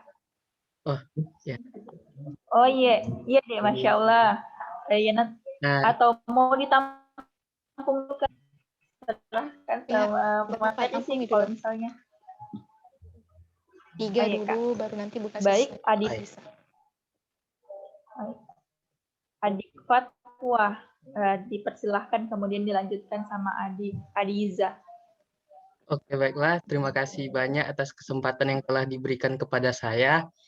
Saya ingin bertanya, Kak, bagaimana cara untuk menjaga semangat kita dalam belajar? Kadang-kadang saya tuh insecure, Kak, dengan orang lain gitu. Insecure karena teman lain ini lebih pintar daripada saya. Jadi saya tuh males jadi belajar tuh, Kak. Jadi kayak mana tuh cara menjaga semangat dalam belajar? Udah itu pun tetap ambisius tuh kayak mana cara istiqomahnya kayak gitu. Terima kasih, Kak. Masya Allah.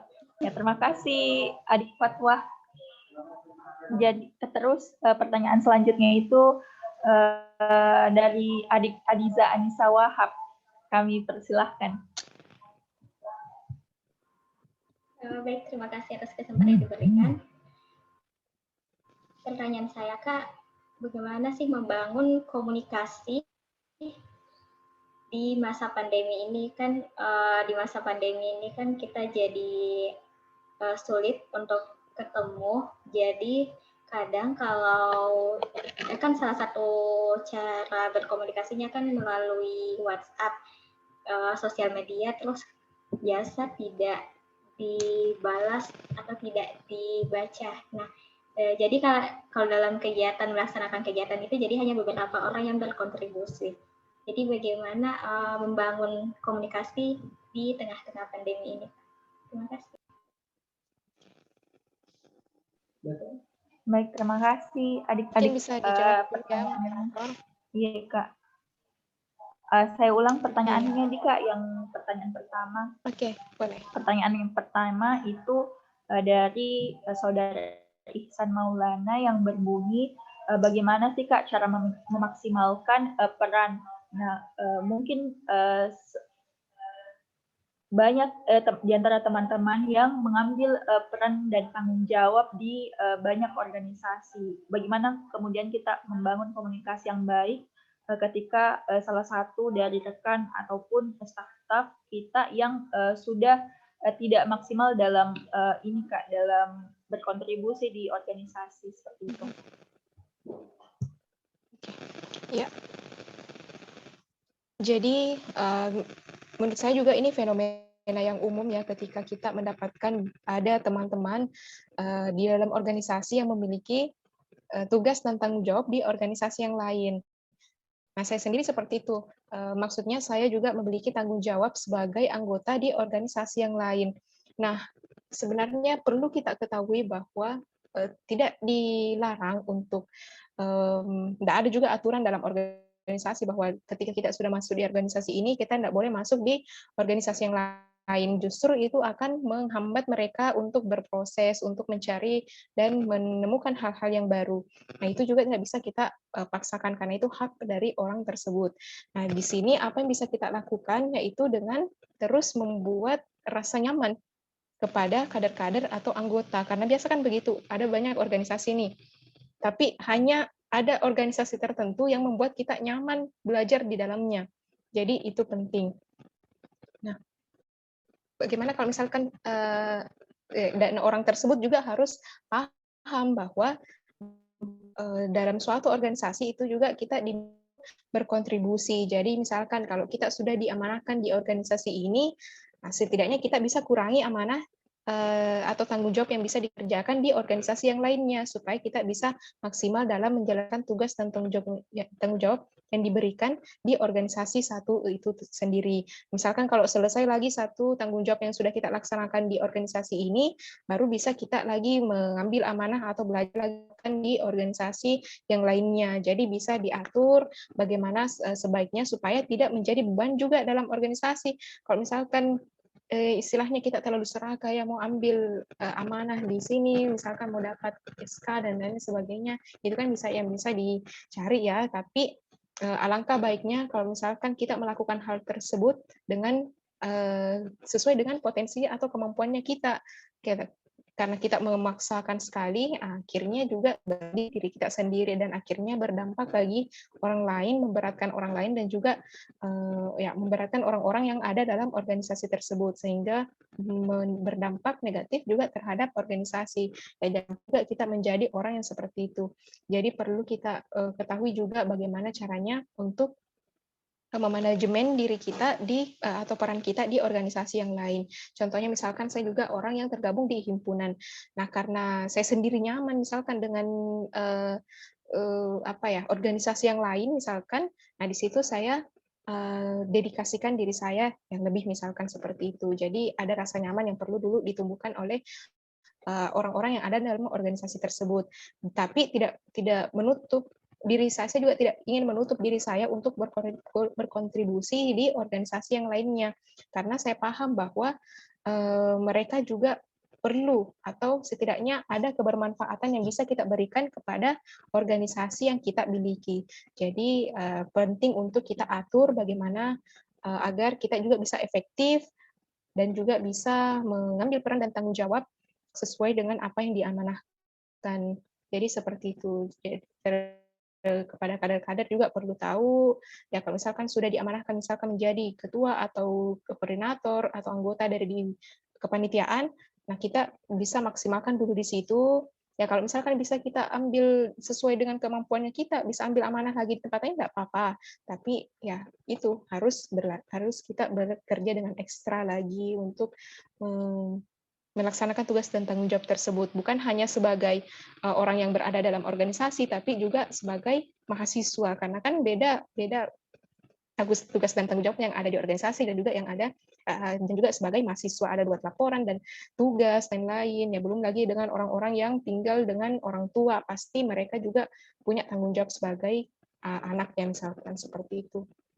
Jadi sih seperti itu yang perlu yang kita pahamkan juga dari diri sendiri dan juga bagaimana caranya kita supaya bisa menumbuhkan rasa nyaman dengan orang-orang yang ada dalam organisasi tersebut supaya juga merasa nyaman dengan kita. Itu sih yang kalau bisa saya sharing ya terkait pertanyaan dari saudara Ihsan. Kalau misalkan masih ada yang bisa dibagi, misalkan di-sharing sesuai dengan pengalamannya, justru bisa lebih bagus lagi pengalaman masing-masing. Ya, saya serahkan ke moderator. Ya, itu dia tadi jawaban dari Kak Nugrah. Bagaimana saudara penanya? Ya, baik. Terima kasih banyak, Kak. Ya, baik. Kita beralih ke pertanyaan selanjutnya, yaitu dari adik Fatwa yang berbunyi, bagaimana Kak cara menjaga semangat belajar? Nah, kadang-kadang saya mengalami insecure. Saya merasa insecure dengan teman-teman yang sudah melambung tinggi seperti itu. Jadi bagaimana cara mempertahankan kita dalam proses belajar, Kak? Oke. Ya, terima kasih moderator. Ya, terima kasih juga untuk saudara penanya. Ini kalau boleh tahu Fatwa angkatan berapa di universitas? Angkatan 2020, Kak, maba. Angkatan 2020 ya. Kalau pertanyaan-pertanyaan seperti itu muncul ya biasanya wajar ya kalau misalkan dari mahasiswa-mahasiswa baru masih istilahnya masih dalam transformasi menuju mahasiswa yang apalagi dalam organisasi yang menjadi mahasiswa yang organisatoris ya. Jadi wajar ya kalau misalkan Fatwa bertanya seperti itu karena juga saya pernah mengalami posisi di mana mengalami pernah berada di posisi seperti itu, merasa insecure atau ya semenjak muncul kata tersebut ya kita jadi sering untuk menggunakannya. Nah, di sini bagaimana cara menumbuhkan semangat belajar dalam belajar? Ya, bagaimana ya? Kalau misalkan dalam diri saya sendiri itu saya tumbuhkan, saya sering bertanya pada diri saya, kalau saya tidak ada atau ketika saya sudah tiada suatu hari nanti saya ingin dikenal sebagai seorang yang seperti apa.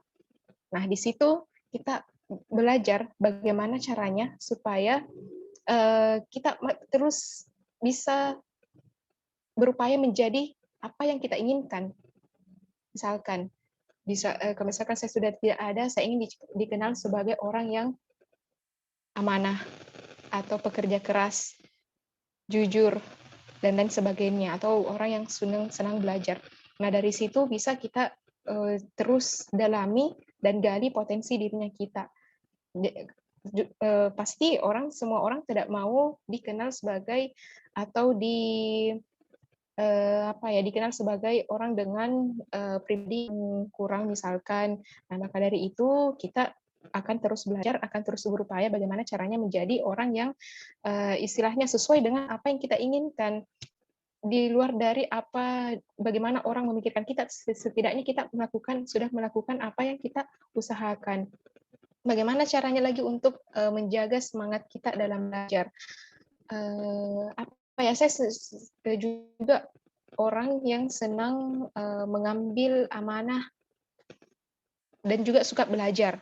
Artinya saya percaya bahwa setiap amanah yang saya ambil itu akan memberikan pelajaran baru bagi diri saya. Dan itu betul bahwa setiap saya sudah di organisasi justru saya sudah merasakan titik terberat dalam hidup.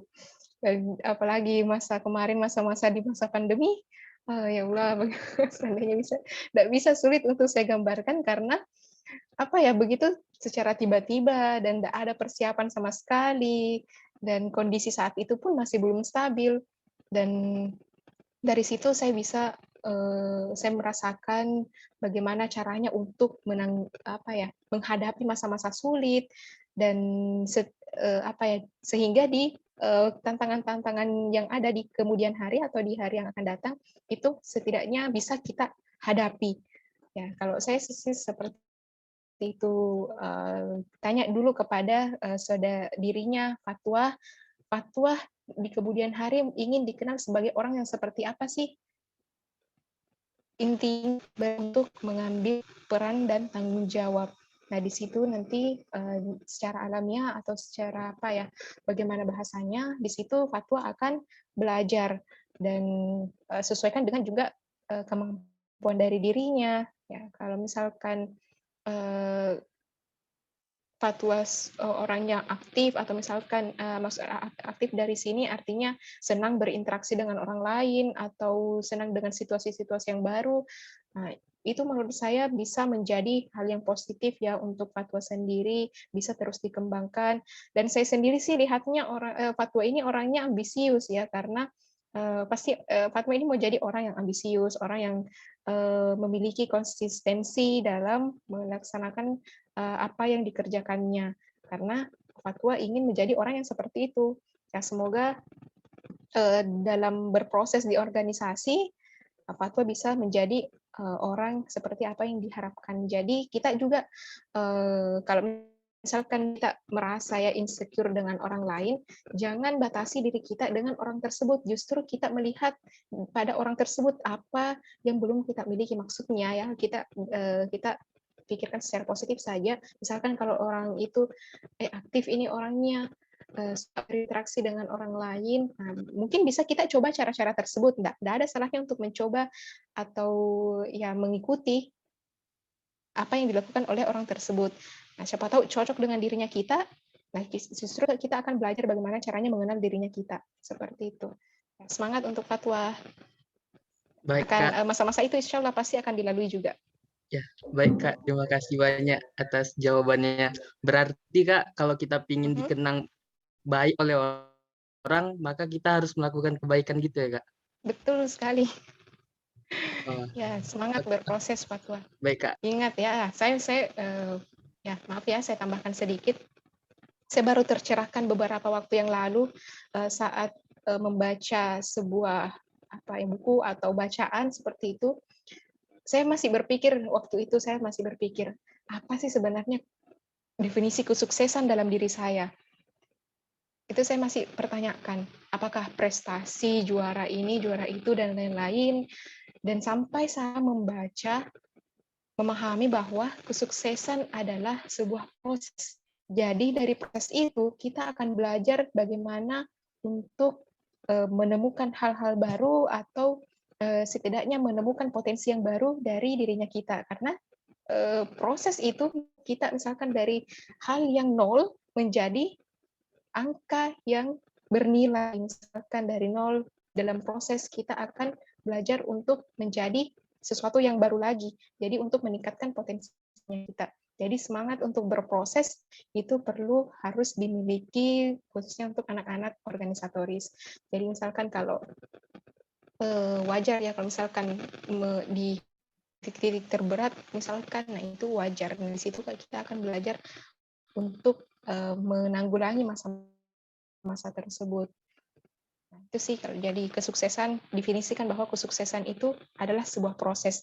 Jadi di luar dari apa yang kita kerjakan itu, apakah itu hasilnya sesuai dengan apa yang kita harapkan atau tidak sesuai dengan apa yang kita harapkan, nah itu juga merupakan suatu proses, suatu kesuksesan kita, karena dalamnya kita sudah berproses mengembangkan dirinya kita. Misalkan kalau kita ikut lomba terus kita tidak dapat juara. Nah, di situ kita belajar untuk bersabar, menerima, dan juga memperbaiki diri.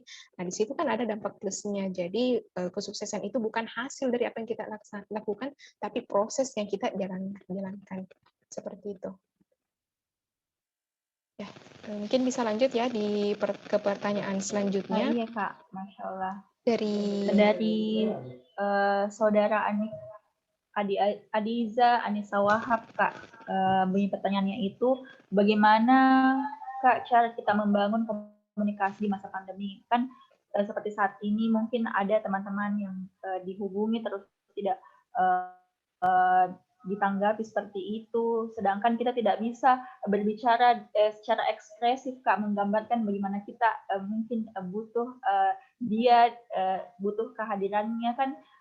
Misalnya kayak chat WhatsApp itu tidak menggambarkan bagaimana perasaan kakak, tapi hanya dituangkan tulisan seperti itu. Mungkin seperti itu, Kak.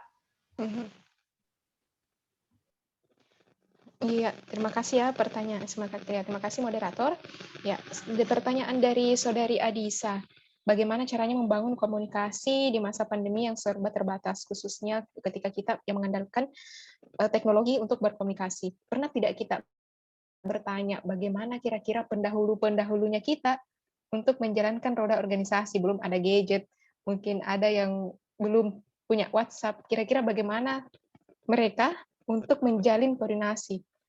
Nah, pasti mereka salah satu-satunya cara yaitu mungkin telepon seluler langsung, untung kalau masih ada pulsa, ataupun bertemu di sekret misalkan. Nah, tapi karena perkembangan teknologi ya justru memudahkan kita untuk berkomunikasi. Tapi tidak bisa juga kita pungkiri bahwa dalam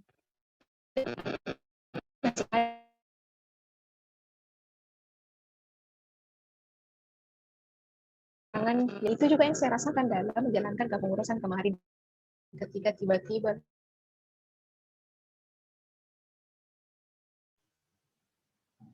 Maaf, Kak, suara Tata putus-putus. langsung pandemi apa ringan 1-2 hari baru lagi dibalas, sedangkan kita sudah butuh sekali komunikasi dengan orang ini. Nah, dari situ kita belajar bagaimana caranya untuk mengelola emosi, untuk bersabar, dan tidak bisa juga kita paksakan bahwa chatku harus kau balas. Kita juga tidak tahu apa yang sedang mereka hadapi di sana. Apakah jaringan yang kurang bagus, orang tua mereka melarang untuk memegang HP terlalu lama. Itu kan tidak tidak kita tahu. Maksudnya kita perlu untuk memahami juga bagaimana kondisinya mereka. Karena kemarin saja itu waktu pandemi, salah satu koordinator itu betul-betul kurang aktif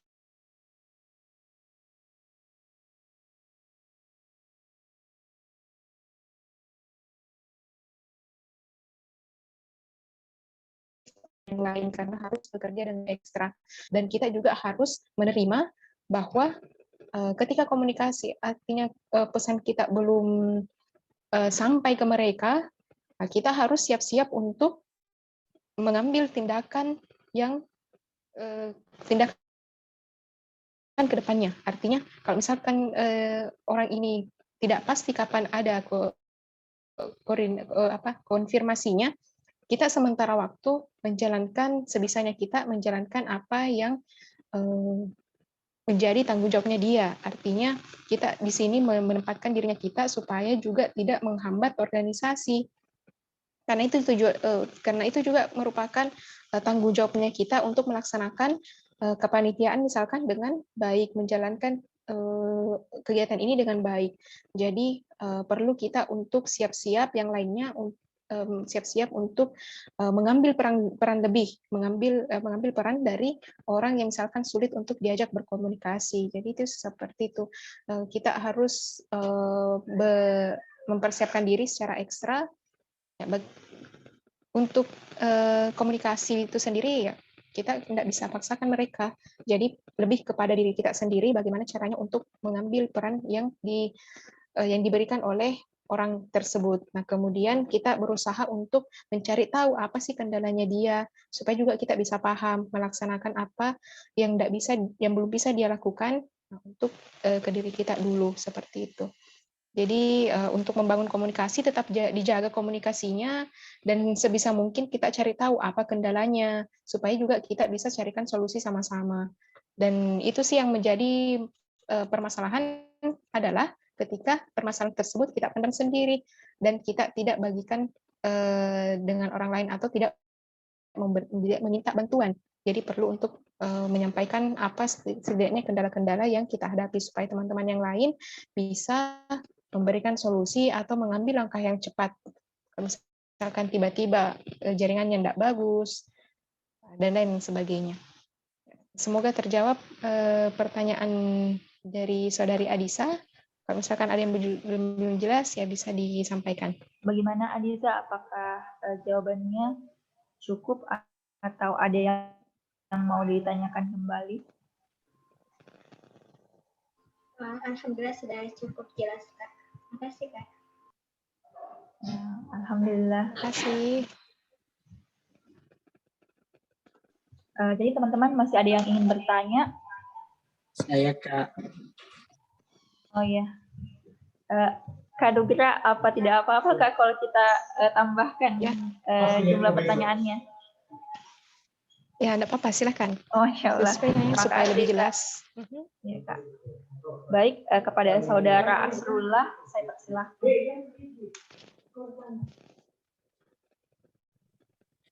Baik, bismillahirrahmanirrahim. Assalamualaikum warahmatullahi wabarakatuh.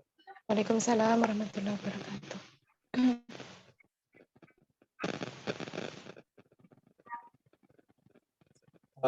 Terima kasih atas kesempatan yang diberikan. Perkenalkan, saya Anugerah sudah mengenal saya.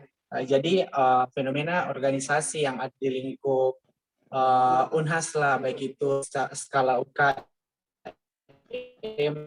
skala fakultas dan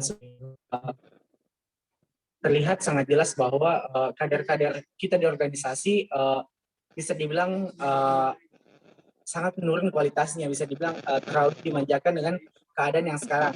Nah, kemudian mungkin Pak Buka bisa memberilah pandangan pada khususnya teman-teman di Fosil, bagaimana dalam menangani hal ini. Soalnya kan bisa saya sendiri menyaksikan bahwa pada saat kepengurusan Kak Anugerah ini adalah kepengurusan yang sangat hebat. Pasalnya begini yang saya dapatkan, karena ini kan awal jadi ketua umum langsung dihadapkan dengan pandemi COVID-19, pemanasan terlalu adanya, pokoknya betul-betul belajar ketika mampu ya kan? Cegah.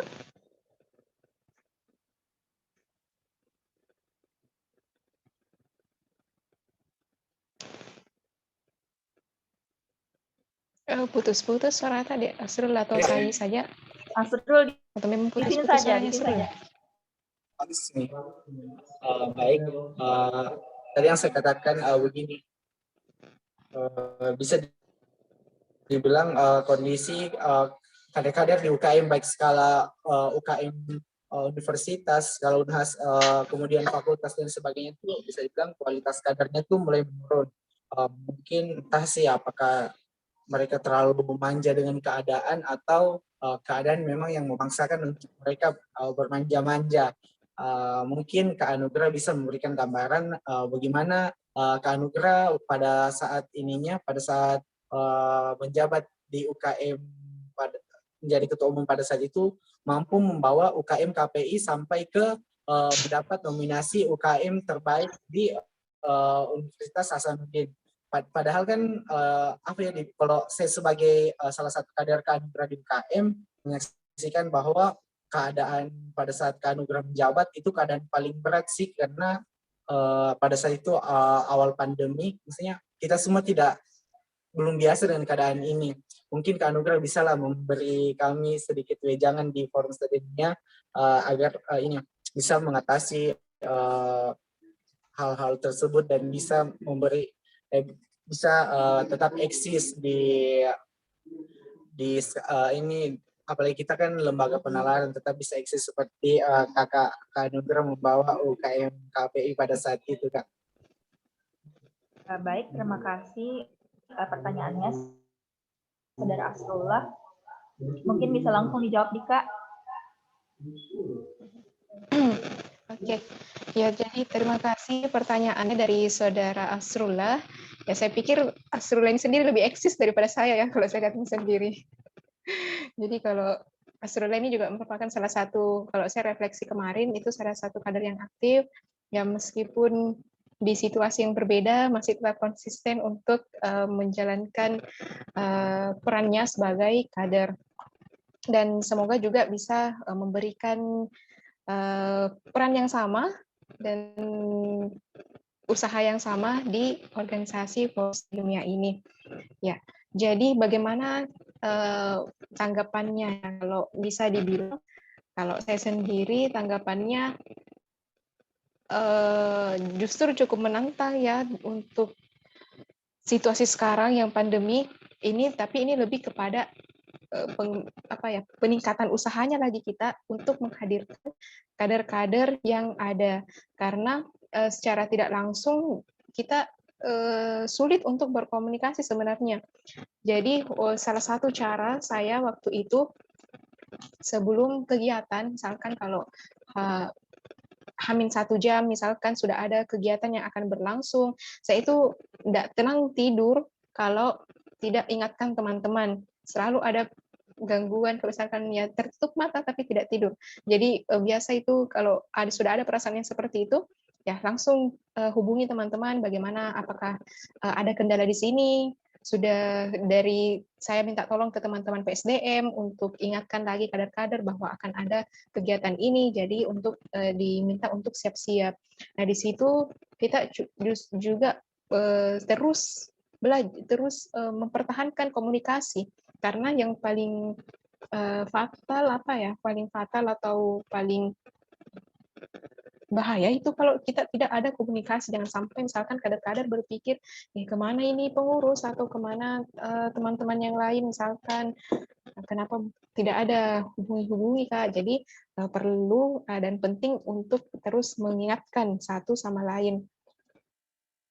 Jadi itu kemarin biasa saya minta tolong ke teman-teman, kalau misalkan teman-teman PSDM sudah chat satu-satu, saya bahkan chat pribadi ke teman-teman atau ke teman-teman dan juga kepada kader-kader hadir nanti dia ada kegiatan nanti ini hadir dan diingatkan. Nah, jadi perlu ada follow up terus kepada kader-kader yang merupakan tujuan atau sasaran dari kegiatannya kita, karena itu penting khususnya kalau misalkan jumlah kader atau keaktifan kader menjadi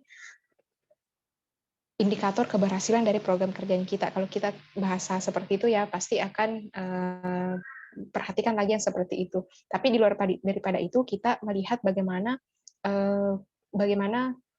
kegiatan tersebut juga bisa bermanfaat bagi kader-kader. Jadi perlu ada komunikasi yang secara intens kepada kader-kader dan juga punya kesadaran dengan tanggung jawabnya sendiri.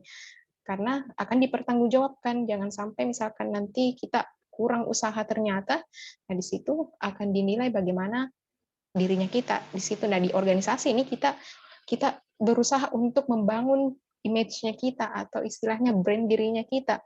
Tapi kalau misalkan kita menjalankan tanggung jawab dengan baik, otomatis orang akan mengenal kita seperti itu dan juga bisa mendapatkan kepercayaan dari orang-orang. Nah, itu mengapa orang diberikan tugas dan tanggung jawab? Yang pertama karena mereka dapat dipercaya atau jujur, dan juga biasanya itu yang paling penting ya. Contohnya disebutkan di Al-Quran ketika Nabi Musa diminta untuk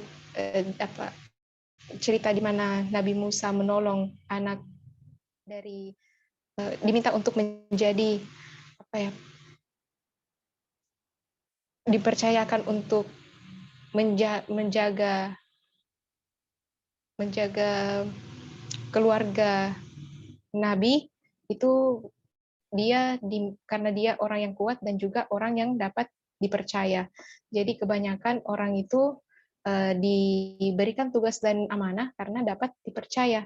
Jadi kalau menurut saya satu hal yang perlu untuk kita pegang, amanah itu juga merupakan suatu amanah.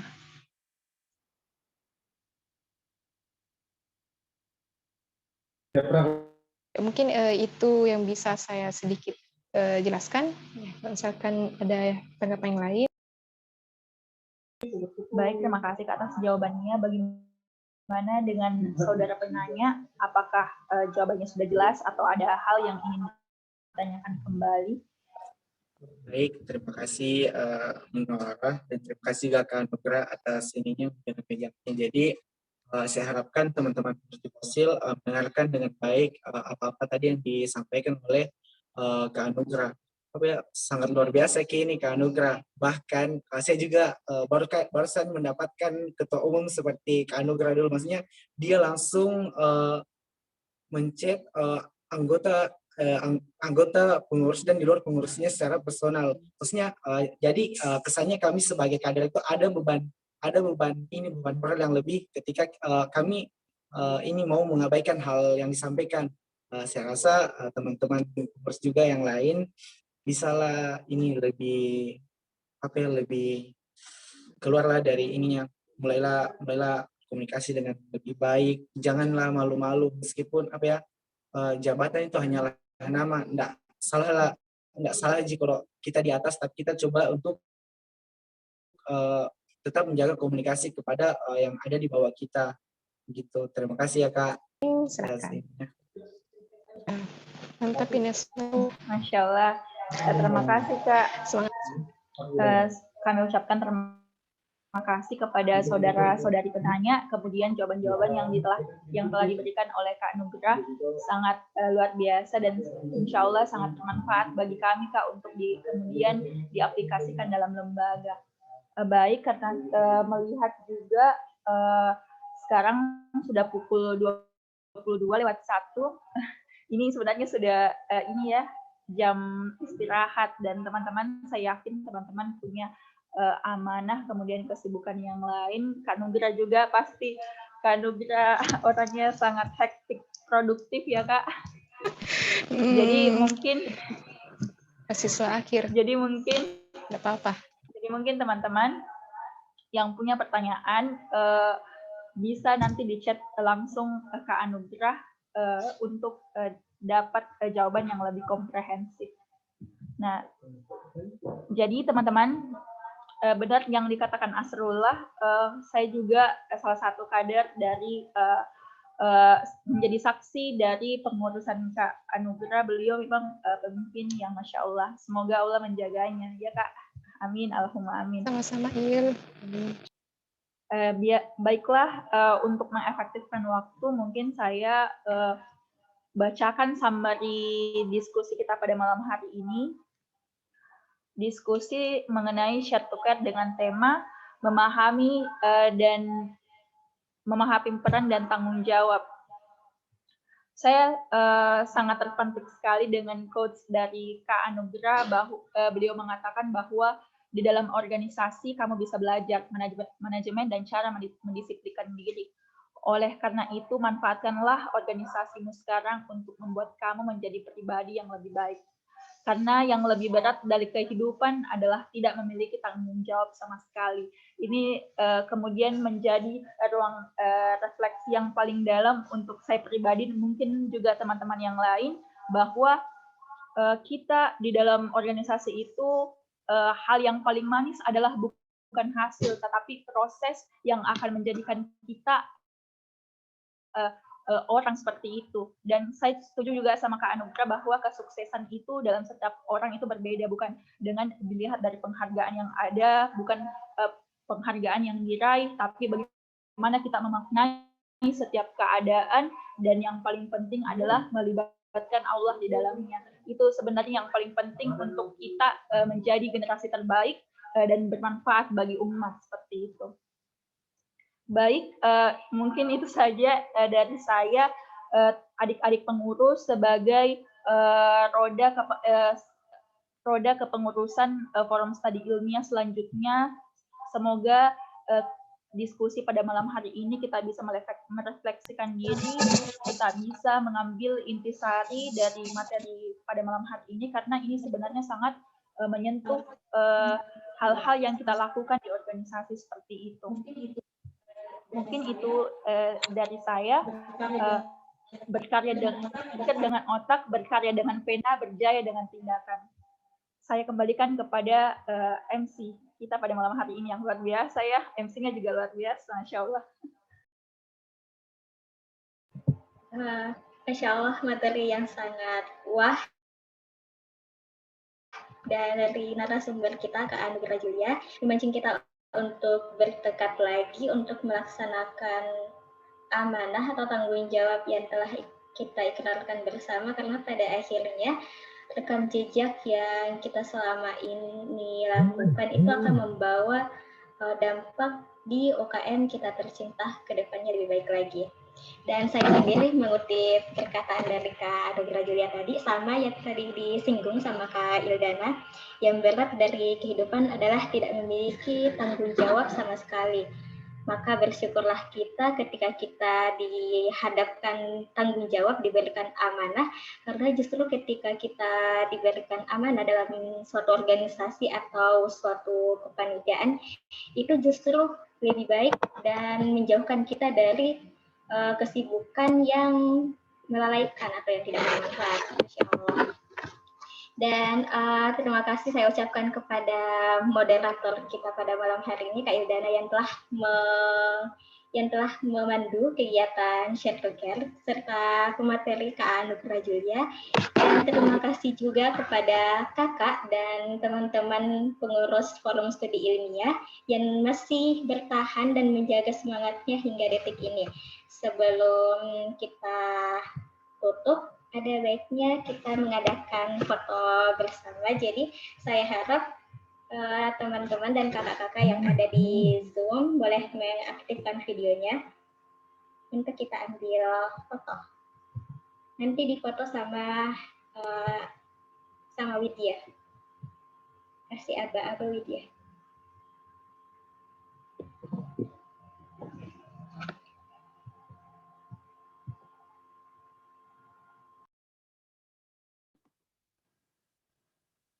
Baik.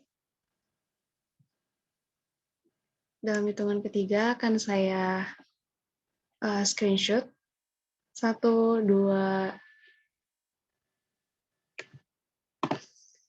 3. Sekali lagi 1, 2, 3. Thank you.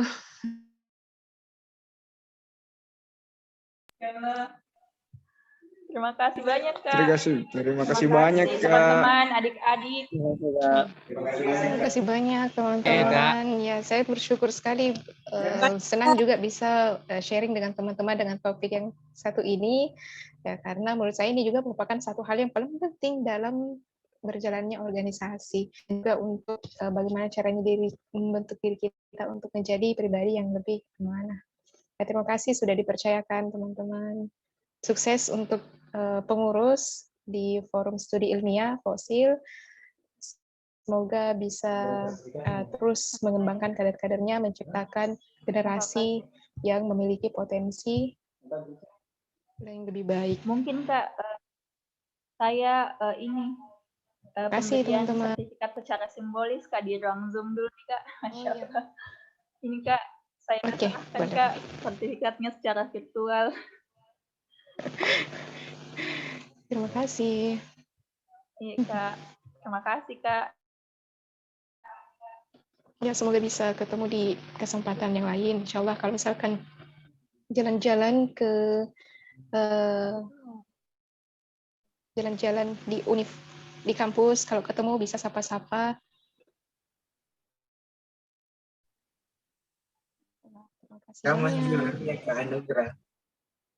Sukses terus. Semangat untuk ketua dan juga jajarannya. Ya, semangat Asrullah yang eksis daripada saya. Widya, Lebih eksis daripada tolong saya. ini deh, screenshot. Semangat.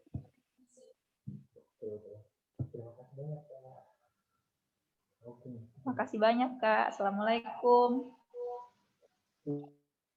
Banyak, Kak. Terima kasih banyak. Ditunggu, Kak, jalan-jalan ke Jalan-jalan ke Fosil, Fosil, Kak. Waalaikumsalam warahmatullahi wabarakatuh. Izin live ya. Iya, Kak. Terima kasih banyak. Ya, sukses terus, jaga kesehatan. Iya, Kak. Dimudahkan buat ujian. Insya Allah. Kalau ada kesempatan, ya, bisa diajak Ma'i. Oh, diajak. Ya, saya izin live ya. Assalamualaikum. Mohon maaf kalau misalkan Waalaikumsalam ada salah warahmatullahi kata. Warahmatullahi wabarakatuh. Mohon dimaaf. Ya, assalamualaikum. Waalaikumsalam warahmatullahi wabarakatuh.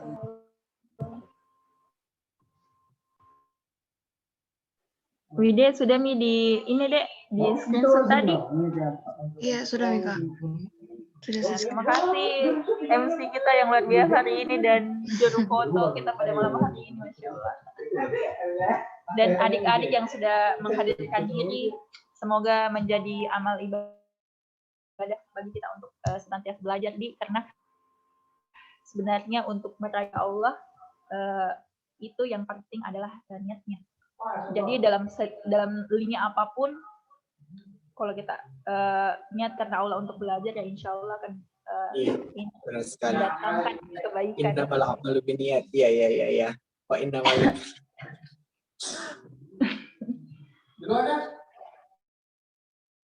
Yo, Screenshotnya saya kirim di mana kita? Kak Mi? Dilihat deh untuk di ini kan, lihat screenshotnya kirim di kamu tuh. Kenapa begini anunya hostnya? Kenapa pakai mukena? Udah sopan. Bagus, Kuning lagi. bagus sekali. Ini zoomnya padahal tadi tuh dikira bukan premium. Kata apa maka belum Diza mana miliknya Kak? Ya Allah belum ini. Belum kira premium. Kenapa jadi forum begini pakai mukena? Ya Allah. Bisa jika sebenarnya. Udah main-main. Kenapa pakai mukena aku?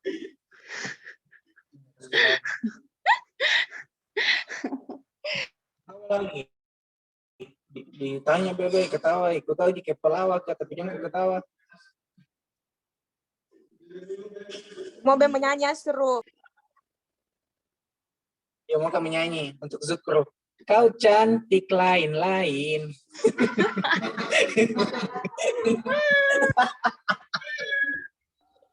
Lima saya deh, ndak faedah mi kayaknya pembahasan. Ini bercandanya Wida, nah. Mana Wida? Ayo keluar. Aku keluar. Ada. Canda aja kau hati. Hah? Bercanda aja tadi. Iya, enggak sih, Kak. Lutfi, ayo pi makan coto. Astaga, Enggak keluar. ada, Kak. Kalau mau diajak makan coto. Kuen mina, Ya, ada Kak. gosipku. Udah. Oh, gosip Ki dulu. Isa, siapa lagi? Adiza, Heli keluar mau kok.